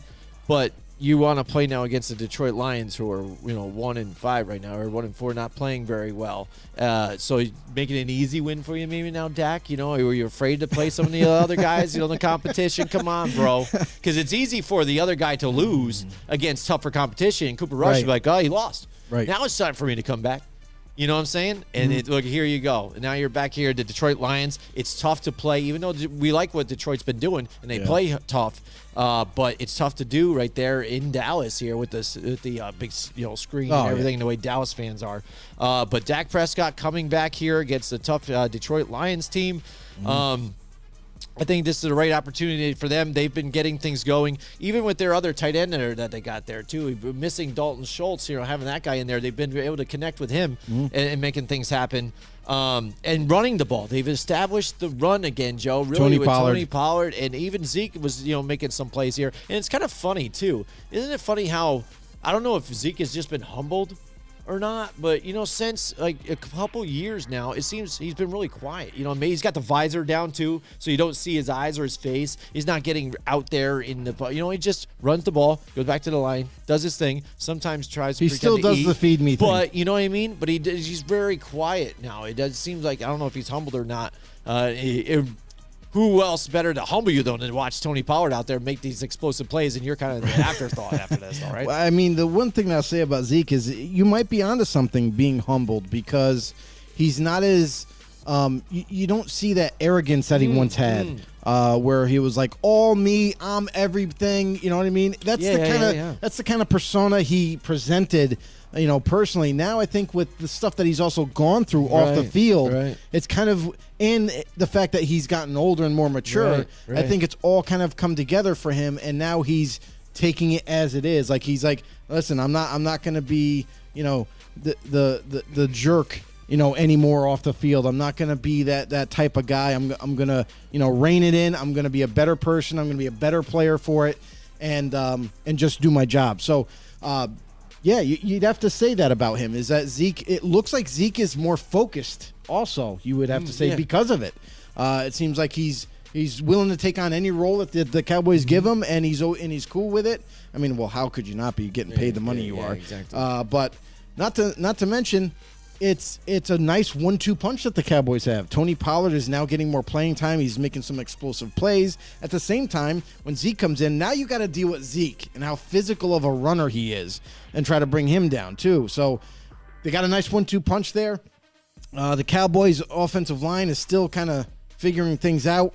So, with Dak being back there, we got to see a bigger step forward with this offense. Because now with Dak being healthy once again, taking over this offense with the running game, now you also getting back Michael Gallup came back last week, in a disappointing loss for the Cowboys. You're getting Gallup. You got CeeDee Lamb now. He's got his weapons back. So let's see what Dak can do now with this healthy, besides the offensive line, this healthy, crew of weapons for them. And with defensively, I got to say, I'm kind of impressed with the D tackles of the Cowboys. Before the season started, I was like, I don't really know too much about these guys playing D tackle. I don't really buy into who they have. But, man, they have really kind of developed and performed extremely well to the point where they are getting noticed every single week. Not only are they good there, but also you look at when they bring Micah Parsons down to rush off the edge or at the end opposite Lawrence, it's creating tremendous havoc. Like we alluded to before the season. We're like, listen, the D coordinator, you got to put this guy on the edge. You got to put Parsons as a D end. It's going to really kind of create this like hysteria in the backfield almost every snap. And every time, I mean, I'll say this, that Micah Parsons is better than Lawrence right now. Micah Parsons is really balling out. Even with double teams, he's still able to apply that pressure. And that just helps out the back end. You know what I mean? Kyle Vander Esch is still, he's staying healthy for once. That's got to be good. That's got to be good, right? And on top of that, Trayvon Diggs is going to take his shots and what have you to get turnovers. But I will say I'm pleasantly surprised with the front seven of the Cowboys defense. And Detroit. I love Detroit. I've been rooting for them ever since, but it seems like they're still like on the cusp, right? From last year, like they were competitive, they were in games. They're still they're kind of the same team, but we know how weak they are on the defensive side of the ball. And I think that's really what's hurting them. Their offense is rated as one of the number one or number two now total offense in the league. That's impressive for a team that was just starting to get on the rise. The one good thing is that they are going to get. It looks like they're going to get back DeAndre Swift again. It looks like they're going to get back Amon-Ra St. Brown. So That's they're when getting they were really clicking. they're getting a couple players back, but as of today, they have 8 guys that did not practice that are all contributors to this team. So because of the laundry list of injuries, I would give Detroit a shot to win this game if they had a healthy team. But they're limping in against Dallas in Big D to take on a very healthy Cowboys team. So I'm going to go with Dallas. All right, man. It seemed like we overanalyzed that game, but whatever. Had to break it down, bro. You do, but Have and to. like I said, when you got to give credit where credit's due, what I hate to with the Cowboys, you do, because even when you talk about when you got the double teams, Yeah. and you got Micah Parsons being available, you got Demarcus Lawrence right there. Mm-hmm. Dorrance Armstrong Jr. has been sneakily in there, Yeah. 25-year-old young guy. Yeah, the D tackle. Getting places too. Like you said, you enjoy the tackles and what they've been able to do. I'll tell you And right now, I hope sneakily he's a doing free things agent at the end of the year because I want him. there you go. All right, so next, there's a game we're talking about here between in the division rivals here. The Indianapolis Colts and the Tennessee Titans get to square off Oh, here. Jesus, here we go. In Tennessee. So do they have the home field advantage here? They're well rested now. Do they have the shot here against the Indianapolis Colts to where the Colts were on the ropes a little bit last week too, but able to edge them out in the end? Yeah, I mean, this is a tricky game. What team can we expect, to be honest? This is going to be a critical game. This is also a game that's going to be about injuries, about who's the healthier team, who's going to perform well. Yeah. We talked about Tennessee, about how their offense is struggling, about if they can't get Derrick Henry going. I don't know if they can even have an offense. So maybe they change some things up, like we alluded to, but also like the defense hasn't been letting up a lot of offensive plays as well. The Colts, they've been struggling too. Like they don't have Jonathan Taylor like fully healthy just yet. It looks like they're still trying to figure things out offensively. I mean, with Michael Pittman being the sole guy, like the go-to guy. But after him, you're relying on rookies like Alec Pierce to kind of take a bigger step forward, and he's getting better. But man, I really don't know with this one, to be honest. I think in Tennessee, because it's home, because Tennessee's home or whatever. Jeez, I don't know. It's tough, right? I mean, this is a tough one. But Tennessee, I'd say with the rest, maybe too. Derrick Henry getting it done if they're healthier. You know what? I'll go with. This is a tough. Hold one. on. Before you pick, I let was me gonna let me give you the injury report right here. Yeah, right here. So 5 players were sidelined opening practice of this week. 2 were missing due to injury. Kiki Cutie, who cares? Yeah. Kwity Paye, which is a big one. He's got an ankle. Other than that, and Jonathan Taylor's the other big one. Were limited. So limited means that they're going to probably play. gonna They're play. projected to Yeah. play. So they're getting those guys back. For Tennessee, they were missing Zach Cunningham and for one of their big players. Bud Dupree was a full participant. So the Titans Man. are getting back one of their big pass rushers.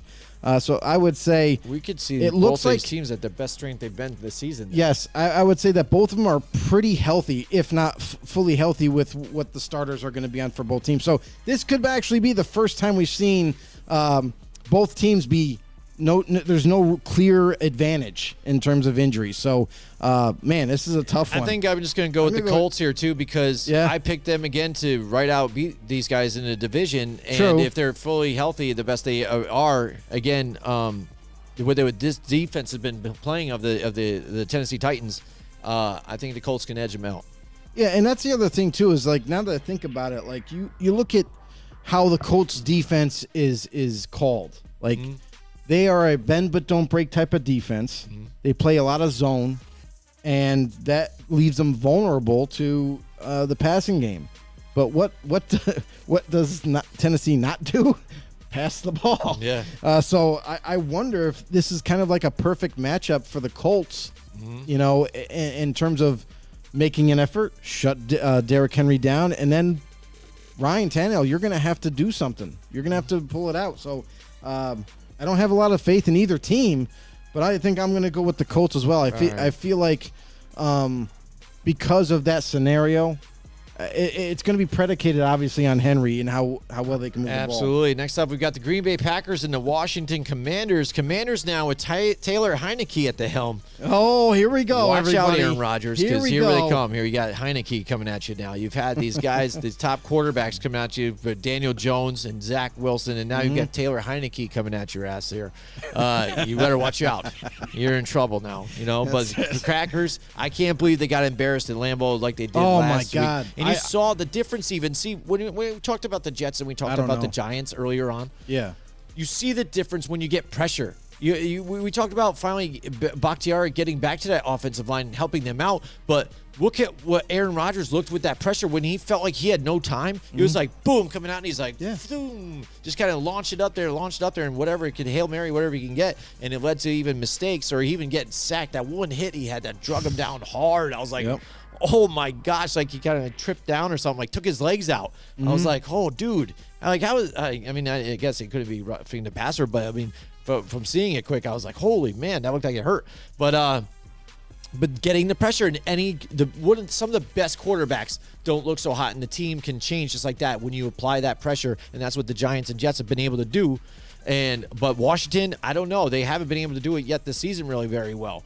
And even though they do play better at home, I still see Green Bay to kind of right the ship here, and they have to, in desperation, get this thing together. And it's a great opportunity to do it against a reeling Washington Commanders team who knows, again, like you said, the team and even the fans could be turning on Ron Rivera pretty soon.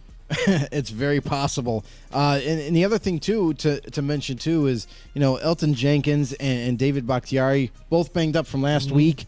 They look like they're going to be able to return. They've been practicing limited as of today. So some positivity for the Packers coming into this matchup. Washington, this is interesting because Taylor this week is going to get, full go of all the starting reps, which is going to play a big part of this. We already know that he has some familiarity with some of the players, and the team will buy into him. It's not like, people are like, oh, well, great, we got our backup, so we don't really stand much of a chance. I think there's going to be big optimism here. This could be the spark that Washington needs to kind of get back on track and get back into this race for this division. They got a lot of work ahead of them for sure, because Wentz, likes to keep his teams at the bottom. But none, to say the least, this is also the Packers' chance to kind of, hey, listen, we screwed up last week. We got to come back. We got to get a W. We got to stay in this divisional race as well.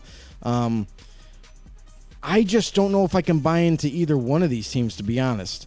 But I do like what Taylor offers.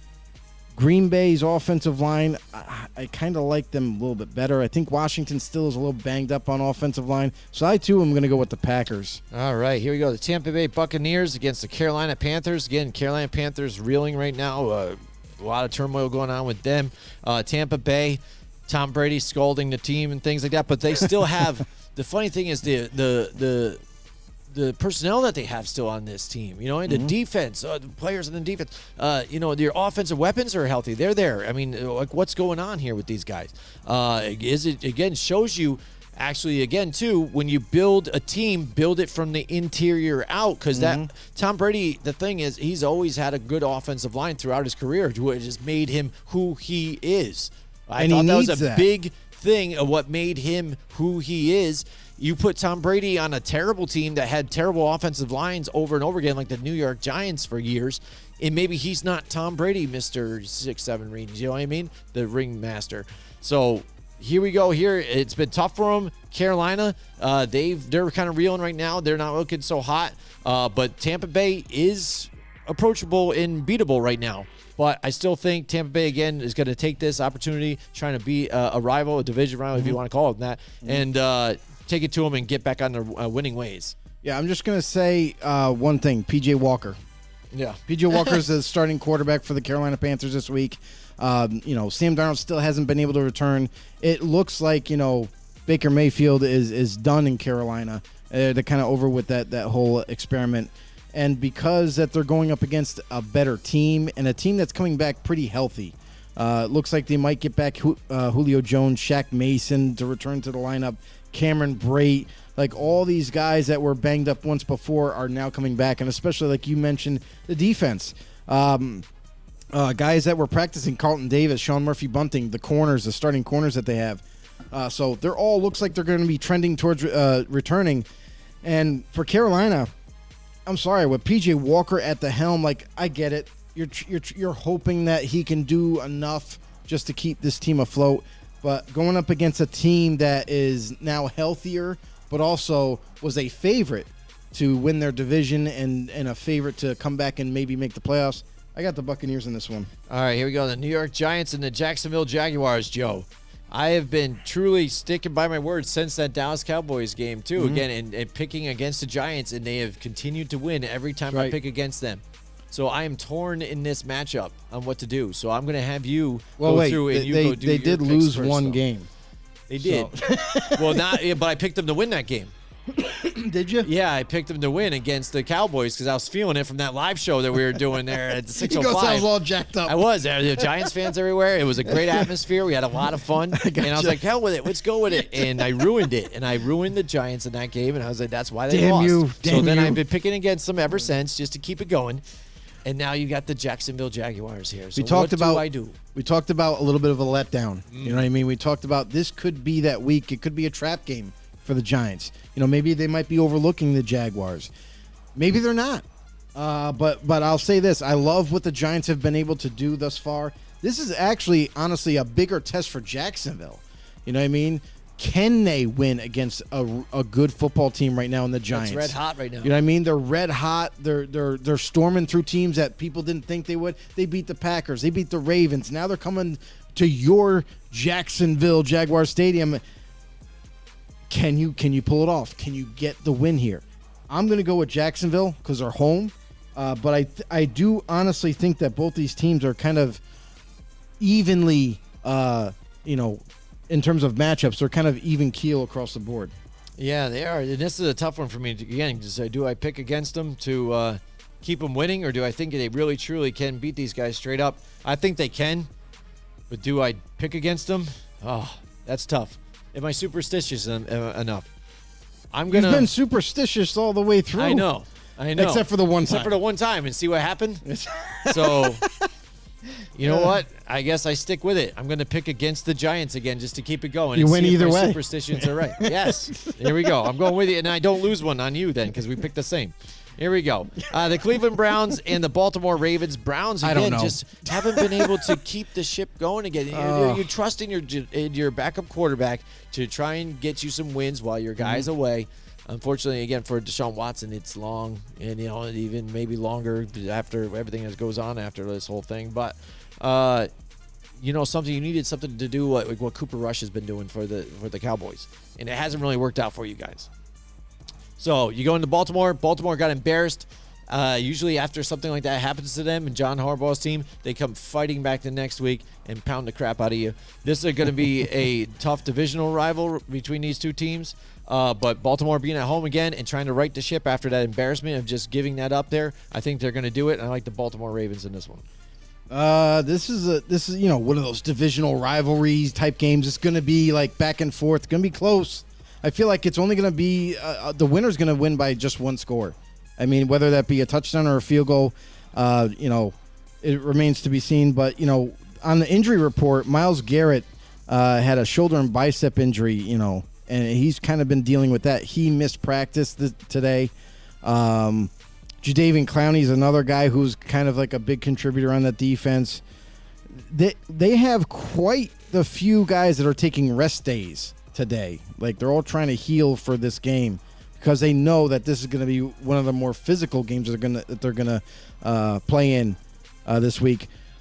Baltimore, on the other hand, they're getting. It looks like they're getting back Rashad Bateman, who hasn't been around the last couple of weeks, to kind of add to that firepower that they have. Justin Houston looks like he's going to return. So pretty healthy, actually. Mark Andrews and J.K. Dobbins and Lamar Jackson even was banged up. They look like they were practice limited. So both teams look like they're trending towards having a very healthy team to play against each other in a very physical matchup. Just because Baltimore is home, I think I'm going to pick with the Ravens on this one.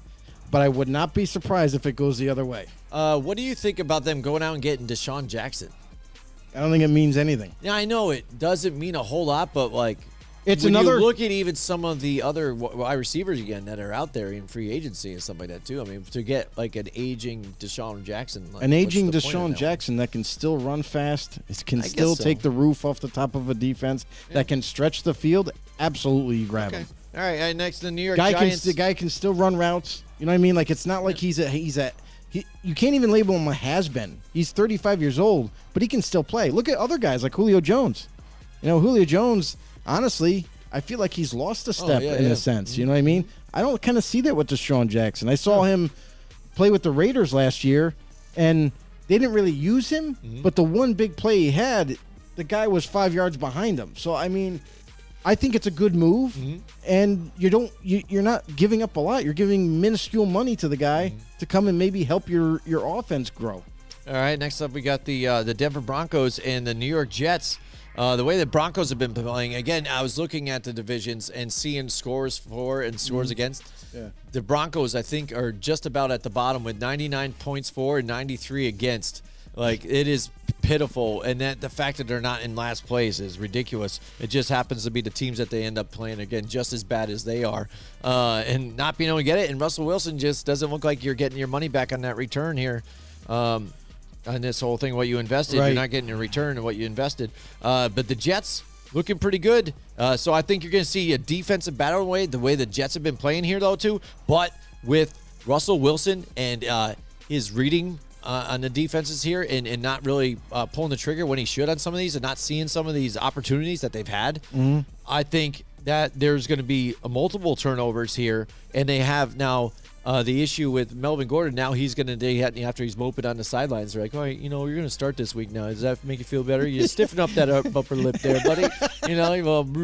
So there he is there. But you know what? Denver at home, they play tough. But you know what? I might think I'm going for the Jets on this one. Jets, Jets, because I'm not impressed by Denver. And right now, the Jets look pretty damn good. I don't know how you could be impressed with Denver because they are terrible offensively. And this is the kind of thing. Me and Jim both, before the season even got here, we know the hype train was real high. They're like, oh, well, a lot of people said they got Russell Wilson. They're going to take the division by storm. They're going to take the NFL by storm. They're going to prove a lot of people that, Russell Wilson can still play, and this team is going to go to new heights. Well, we didn't really jump aboard that train, and we kind of were against the grain in that aspect. We said, listen, that doesn't mean... Look at what your team was last year. You got basically the same team, and all you did was add Russell Wilson. So, and Russell Wilson, obviously with this new offense that he had to learn, it's not fitting him to a T. It doesn't look well. Even decision-making for Russell Wilson. Sometimes he looks confused, it looks like. He's throwing the ball where there's no receiver. I mean, it's very questionable. And despite Denver's efforts to kind of... Now going into week 7 to get better, they haven't. They still struggle on offense. Their defense is good, but their defense is on the football field just way too long. I feel like that's going to be a repeat this week. The Jets are on a roll at the moment. They're playing very stingy defense, and with that, it's going to give Zach Wilson. The other Wilson. We get Wilson versus Wilson. Wilson this versus week. Wilson. It's like the law firm. Yeah. But Zach, on the other hand, he still has very lively legs. That's going to move the chains at times when needed, and he's at times he might have to, because newly acquired tackle Dwayne Brown is also doing very well with the Jets and kind of holding it down for them. And when a rush happens, when I know there's this kid, I think his name is Brandon Browning or something, this pass rusher for the Broncos, has been lighting it up. Yeah. Very quick and fast off the edge. So maybe at times you're going to have to use those legs to get out of trouble. So, but I like what the Jets are doing. And the way Denver's playing right now, it's hard to pick them. So I'm going to go with the Jets, even though they're in Denver. Yeah, there you go. Next, we've got the Houston Texans and the Las Vegas Raiders here. Again, on a week of rest here, coming back. Hopefully to try and get their winning ways here, come back. Even though they've been scoring points, they've been battling some of this tough competition early, though. And the crazy thing about the Raiders is that they've only lost games from one score. Right. Every game they've played thus far, they've lost by 1 score. Yeah, and they played teams like the Chargers, the Chiefs, things like that. They're really divisional tough, opponents, yeah. tough opponents. And like I said, still putting up more points than what the Denver Broncos have been, and then they're sitting there in last place. And it's sad just because the games have been decided just by that small fraction.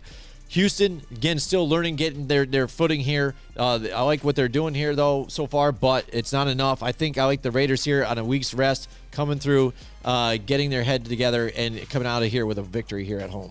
Yeah, Texans, I'll say this about them. This is a game where the Raiders should beat the Texans. Mm-hmm. But the Texans, like we talked about early on, this is a team that you shouldn't kind of overlook. You shouldn't just kind of say, oh, well, we should beat this team. We're going to beat this team. I really think that this is going to be a very close game because of the struggles that the Raiders have had learning this new offense. And the defense has looked confused at times. It's not. I don't think they're really all in terms of knowing their jobs offensively or defensively, and that's leading to a lot of these miscues on offense, or a player may be wide open for for miscommunication errors. Yeah. So I think this game is going to be decided by like a field goal, honestly. I don't think the Raiders kind of take it over type of thing, even though they played the Chiefs extremely tough.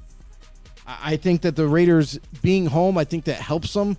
I'm going to go with the Raiders as well.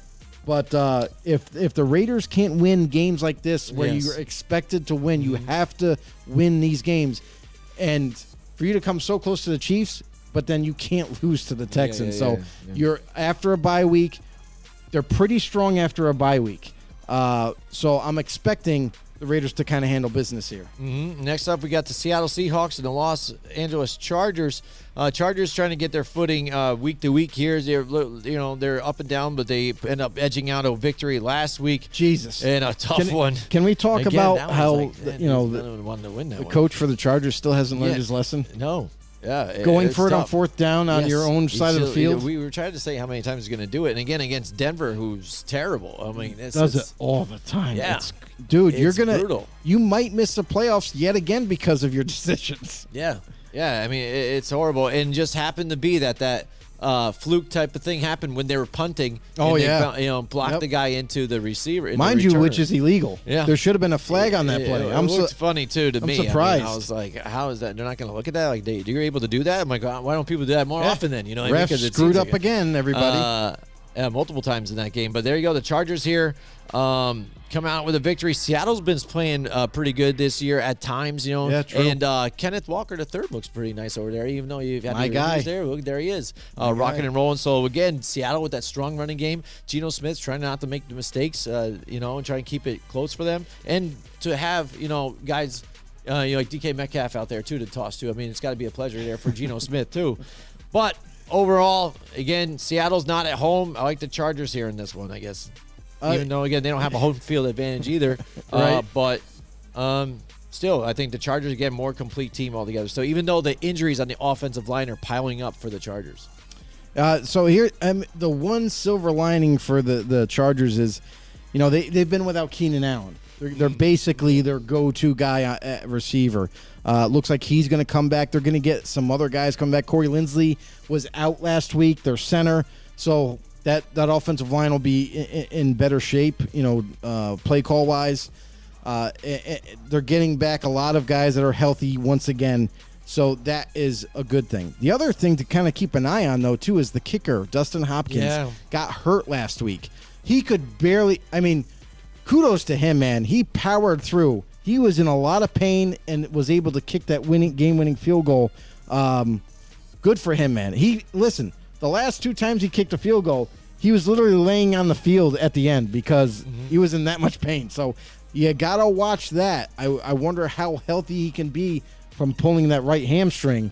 They're the type of injury that takes a while and needs a lot of rest. So I'm not so sure he'll be ready to go, and that could play a big part in this game. For the Seattle Seahawks, Taylor Lockett dealing with a little bit of a hamstring injury as well, but also it looks like most of that team is going to be pretty healthy for this game. Quentin Jefferson, one of their starting D tackles who creates a lot of pressure, he's coming back. with being healthy. But Seattle, I like what Seattle's got going on, to be honest with you. They're a pleasant surprise to me. I wrote off Seattle this year. I just thought that they were going to be bottom of the barrel in the division. They weren't going to really do much in terms of competition. They still got a long ways to go, but you got to like what you see from them. Chargers right now are struggling a little bit, and I like Seattle to kind of roll into L.A. and get an upset here. All right, next we got the Kansas City Chiefs and San Francisco 49ers. 49ers have been reeling the last couple of weeks here. I was shocked that they ended up losing last week.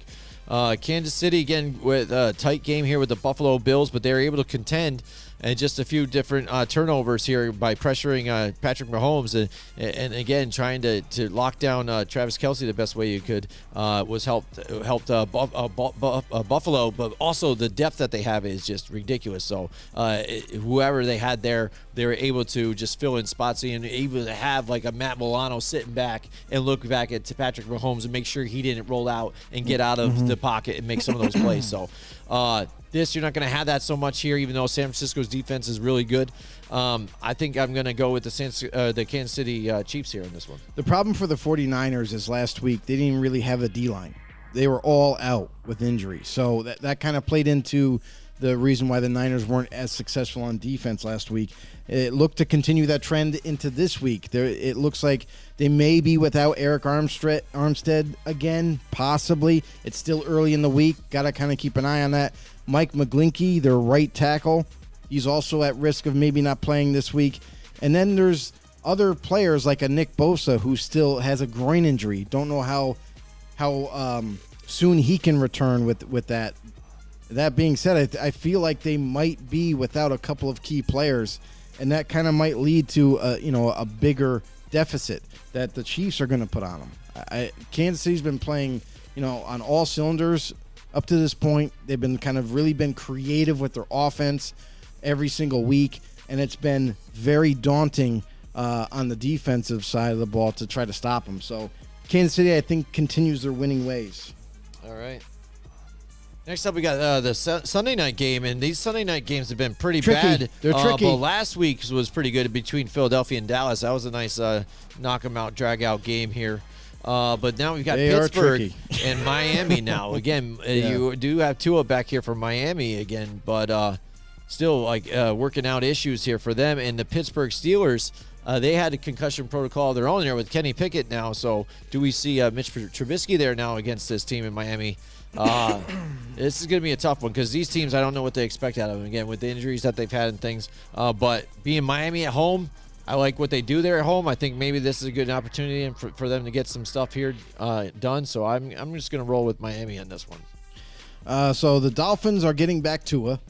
Let's get that out of the way. Yep. He's healthy. He's been practicing. He's passed all the protocols and what have you. He will be the starting quarterback. That being said, you got to keep an eye on the Dolphins. Teron Armstead, their left tackle. Emmanuel Ogbah in his back. Looks like he might be able to play at D tackle. That'll be a big deal. And Christian Wilkins, another big-time D tackle for them. So those two guys, if they have them back in the lineup, and Teron Armstead, I feel like this team is not only the healthier team, but also a team that is going to look to get back to winning. Now that they get back to it. On the Steelers side of the ball, Kenny Pickett practiced in full today. Still has to clear protocol, which I think is going to end up happening. So I feel like Pickett will be starting for the Steelers. I'm kind of projecting, and by the end of the season or by the end of the week, he'll be ready to go and he'll be in there. A few other key players like Cam Sutton, Ahkello Witherspoon, Minkah Fitzpatrick, all practice limited, so they will most likely definitely be ready to go for this matchup. So overall, if Pickett clears protocol, these are two teams getting back healthy and ready to go after each other Sunday night. So I'm going to go with the Miami Dolphins to get back on track in this one.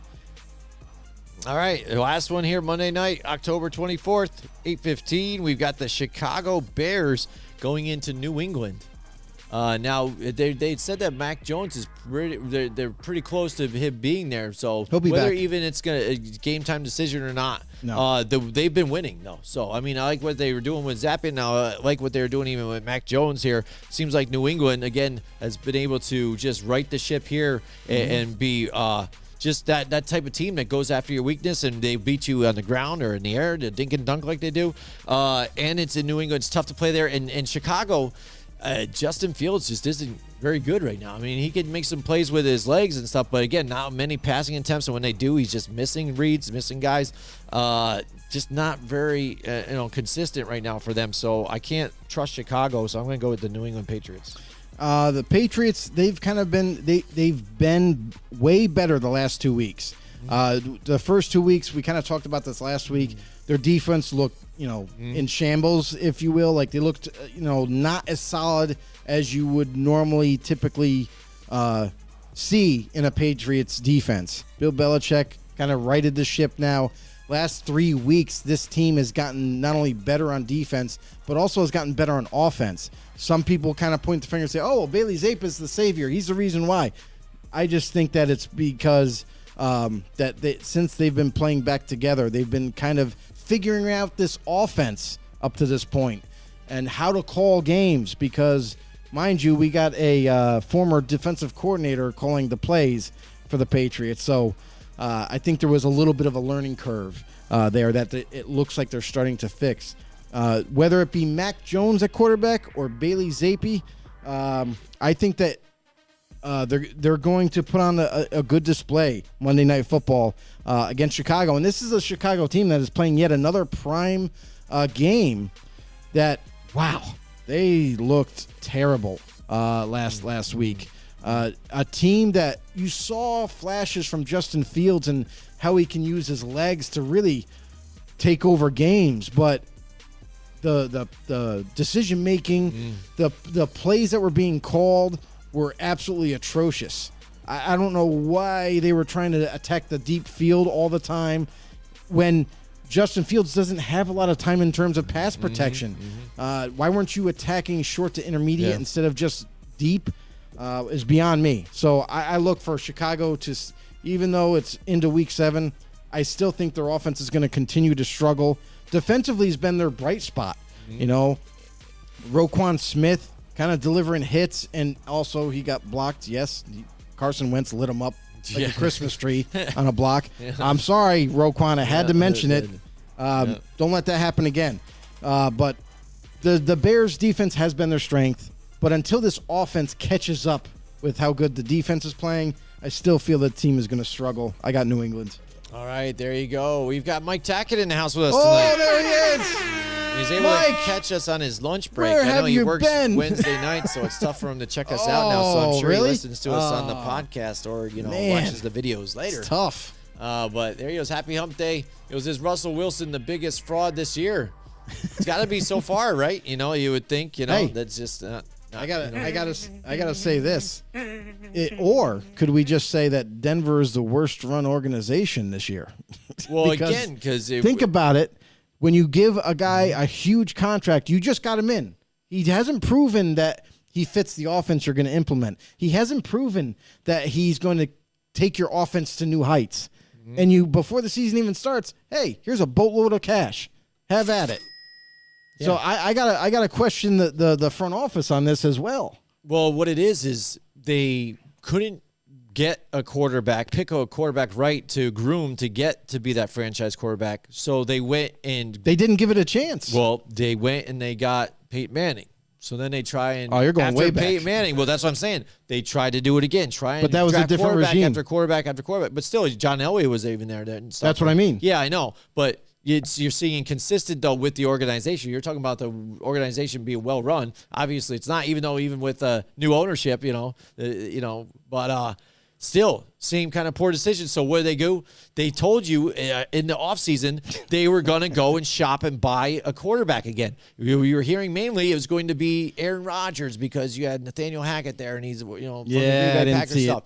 And then so they didn't win the Aaron Rodgers sweepstakes. So then they had the money. They were gonna. Well, I'm just saying they were gonna go and buy one.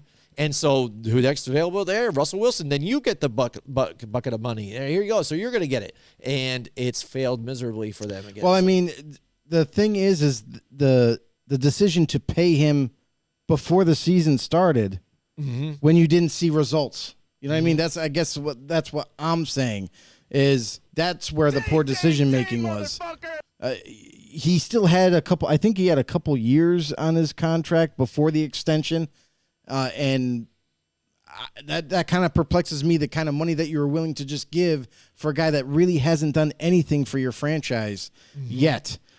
So Russell Wilson, you could say, is the fraud this year, but honestly, you know, he it's not like he made a contract demand before the season started. Denver was just like free and willing, like, here, let's do a huge extension. We're going to give you a boatload of money too on top of it, even though you're like 30 plus years old. You know what I mean? You're entering that kind of that term of life, much like Tom Brady is in, where you're getting closer to the end of your career. And for you to give this guy not only a huge extension, now think about that, all that guaranteed money, they're locked in. They have to pay him. Russell Wilson could retire next season, and they got to pay him all that guaranteed money. So that's kind of crazy to me. Yeah, I mean, no offense to Mike Tackett, but I think conversation could be had not about player, but about the Green Bay Packers possibly being the fraud of the year so far altogether. Because again, a team that has been pretty dominant, you know, in that division, especially Aaron Rodgers coming off an MVP season last year, just coming up short of the Super Bowl again, but looking to try and make it back there again and maybe get further, at least take the division. And they're getting beat by some of these teams that they should be handling if they're supposed to be one of the better teams in the NFC. I would agree with you if Adams was I'm still just there. saying it's debatable. And Well, I hear you there. they didn't. But when you look at that team, there was a lot of questions before the season arose and say, well, who's the receivers? Nobody. And they were even talking in team practice about guys are dropping the ball, guys are running the wrong routes. So there was already chaos happening on the offensive side of the ball for them. So in no means were they seen as, well, they're going to be just fine without Adams. You know what I mean? There was question marks there, alluding to the fact that Green Bay could perhaps struggle, but we didn't think they would this badly. Like I thought, honestly, I thought they were still going to be competitive. They were still going to be in games. They were going to win more games than lose, but man, this is way different than I thought it was going to be. Especially because you got those two strong running backs in the backfield too as well. And Right. you've got Aaron Rodgers. You think you're going to be scoring, and you weren't this season so far. He says when Mike wide Tackett. receiver 3 last year is wide receiver 1 this year, you're going to have a bad time. But look at the Giants. The Giants went and beat the Green Bay Packers, and what are they? They're running on the wide receiver 3 as their number 1 right now. Right. You know I what mean, I'm saying? so With that Daniel argument, Jones. but that's the thing is like we all talk about next man up. Yeah. You know what I mean? And if guys had more, like, let's just say this for argument's sake. If Green Bay, whether you're wide receiver 3 playing wide receiver 1 or a new rookie coming in like Romeo Doubs has shown flashes of being that primary receiver or maybe that go-to guy perhaps at times with Alan Lazard, you got to catch the ball. You got to hold onto the ball. So it's all about, execution, I would say, on the receivers part. And if you're not running the right routes, if you're not being able to secure the football, that's on them. And that's why really this offense is really struggling because Rodgers can't trust anybody. Rodgers is only willing to trust guys like Lazard or guys like Cobb, but Cobb has been hurt. Or I'm kind of stunned. Until last week, where has Robert Tonyan been? Last week was the first time he got, I believe, 10 targets, which is the highest in his career. You need to keep going to that well.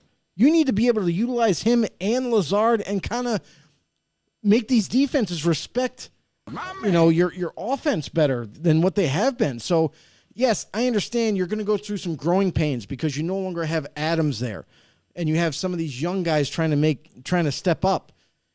But man, it's got to come together at some point for Green Bay. I feel like we saw them perhaps struggle early in the season because of the lack of experience, because of the trust issues that they have, and the execution, to be honest. But man, at some point it's got to break. At some point, Green Bay's got to get back on point with their offense going forward. Why not? What's it going to hurt to not be so reliant on the pass? You got, like you said, you got 2 great running backs that you could just if you have to, you might have to change your offense a little bit. You might have to call more run plays. And if you can continue to move the ball that way, that's going to open everything else up. So utilize Robert Tonyan, utilize Lazard, utilize that running game, and maybe, hell, Aaron Jones out of the backfield is very difficult to stay with on running routes, or receiving routes. So mix it up a little bit more. Yeah. Maybe you do have to run the ball more, because I think as long as your offensive line is healthy, I've seen Green Bay do it before where they just bowl through teams. Yeah. You know what I mean? With those running backs that they have. So maybe there needs to be a little shift in the terminology or philosophy offensively. Until that happens, we might still see them struggle a little bit on that side of the ball. Yeah. Yeah. And he also says here, before we were talking about Russell Wilson, he says maybe Pete Carroll deserves more credit and seen the writing on the wall. Now his former teammates are all coming out about what was going on there when Russell Wilson was there with the Seattle Seahawks. Who knows? Again, this has been an interesting season, at that. And I say that every year, oh, man, it's a surprise. But this one has been different in many different ways, you know what I mean? Because some of the teams that are not as good as what they might have been last year and stuff, and still unsure of what I'm really looking at right now. And the fact that the NFC East has, the most wins, and then the AFC East on the other side has the most wins on the AFC side. It's just crazy. It's just flip-flop. The West was winning it for a while, and now it's back to the East. It's come back home. So it's exciting. So we're excited to check it out, and this season's going to get even crazier as we go. And One more tomorrow time, night, Jim. One more time, Jim. One more Let's night. go. Yeah, Let's go. Show it up. Tomorrow night. I know, Mike, you can't join us in person there, but if you check us out, we will be broadcasting live tomorrow, too, from 7 to 8 here at Saki in Latham. Check it out for the extended happy hour. Joe says it's extended from 5 to 9 now. Awesome. So that's right up to game start and right through a little bit of the game. So check it out. $2 Sapporo drafts and $5 select apps. I might get one of everything. And again, multiple mixed drinks that they have too on the chalkboard there too, the things that they're doing. And at halftime, we will be giving away a jersey. You get your choice of a Saints jersey or a Cardinals jersey. We will not tell you who they are, who's on those. No, you have we to won't. come. You have to be and there. Check it out. Put your name in the box, and also subscribe to us on YouTube. Yeah, and we have you definitely have to. You have to subscribe, but not only that, you have to show us proof that you subscribed before you can write your name and drop it in the box. Also, you have to be present. I can't stress that enough. You have to be present to win the jerseys at halftime. Yep. If you're not there, we're not gonna mail it to you. We're gonna pick a different name. So make sure you're there. Make sure you write it out with us. Have some fun. We're gonna have some drinks, have some food, and talk football. It's gonna be a blast. Listen, we're also gonna have a special guest tomorrow on there.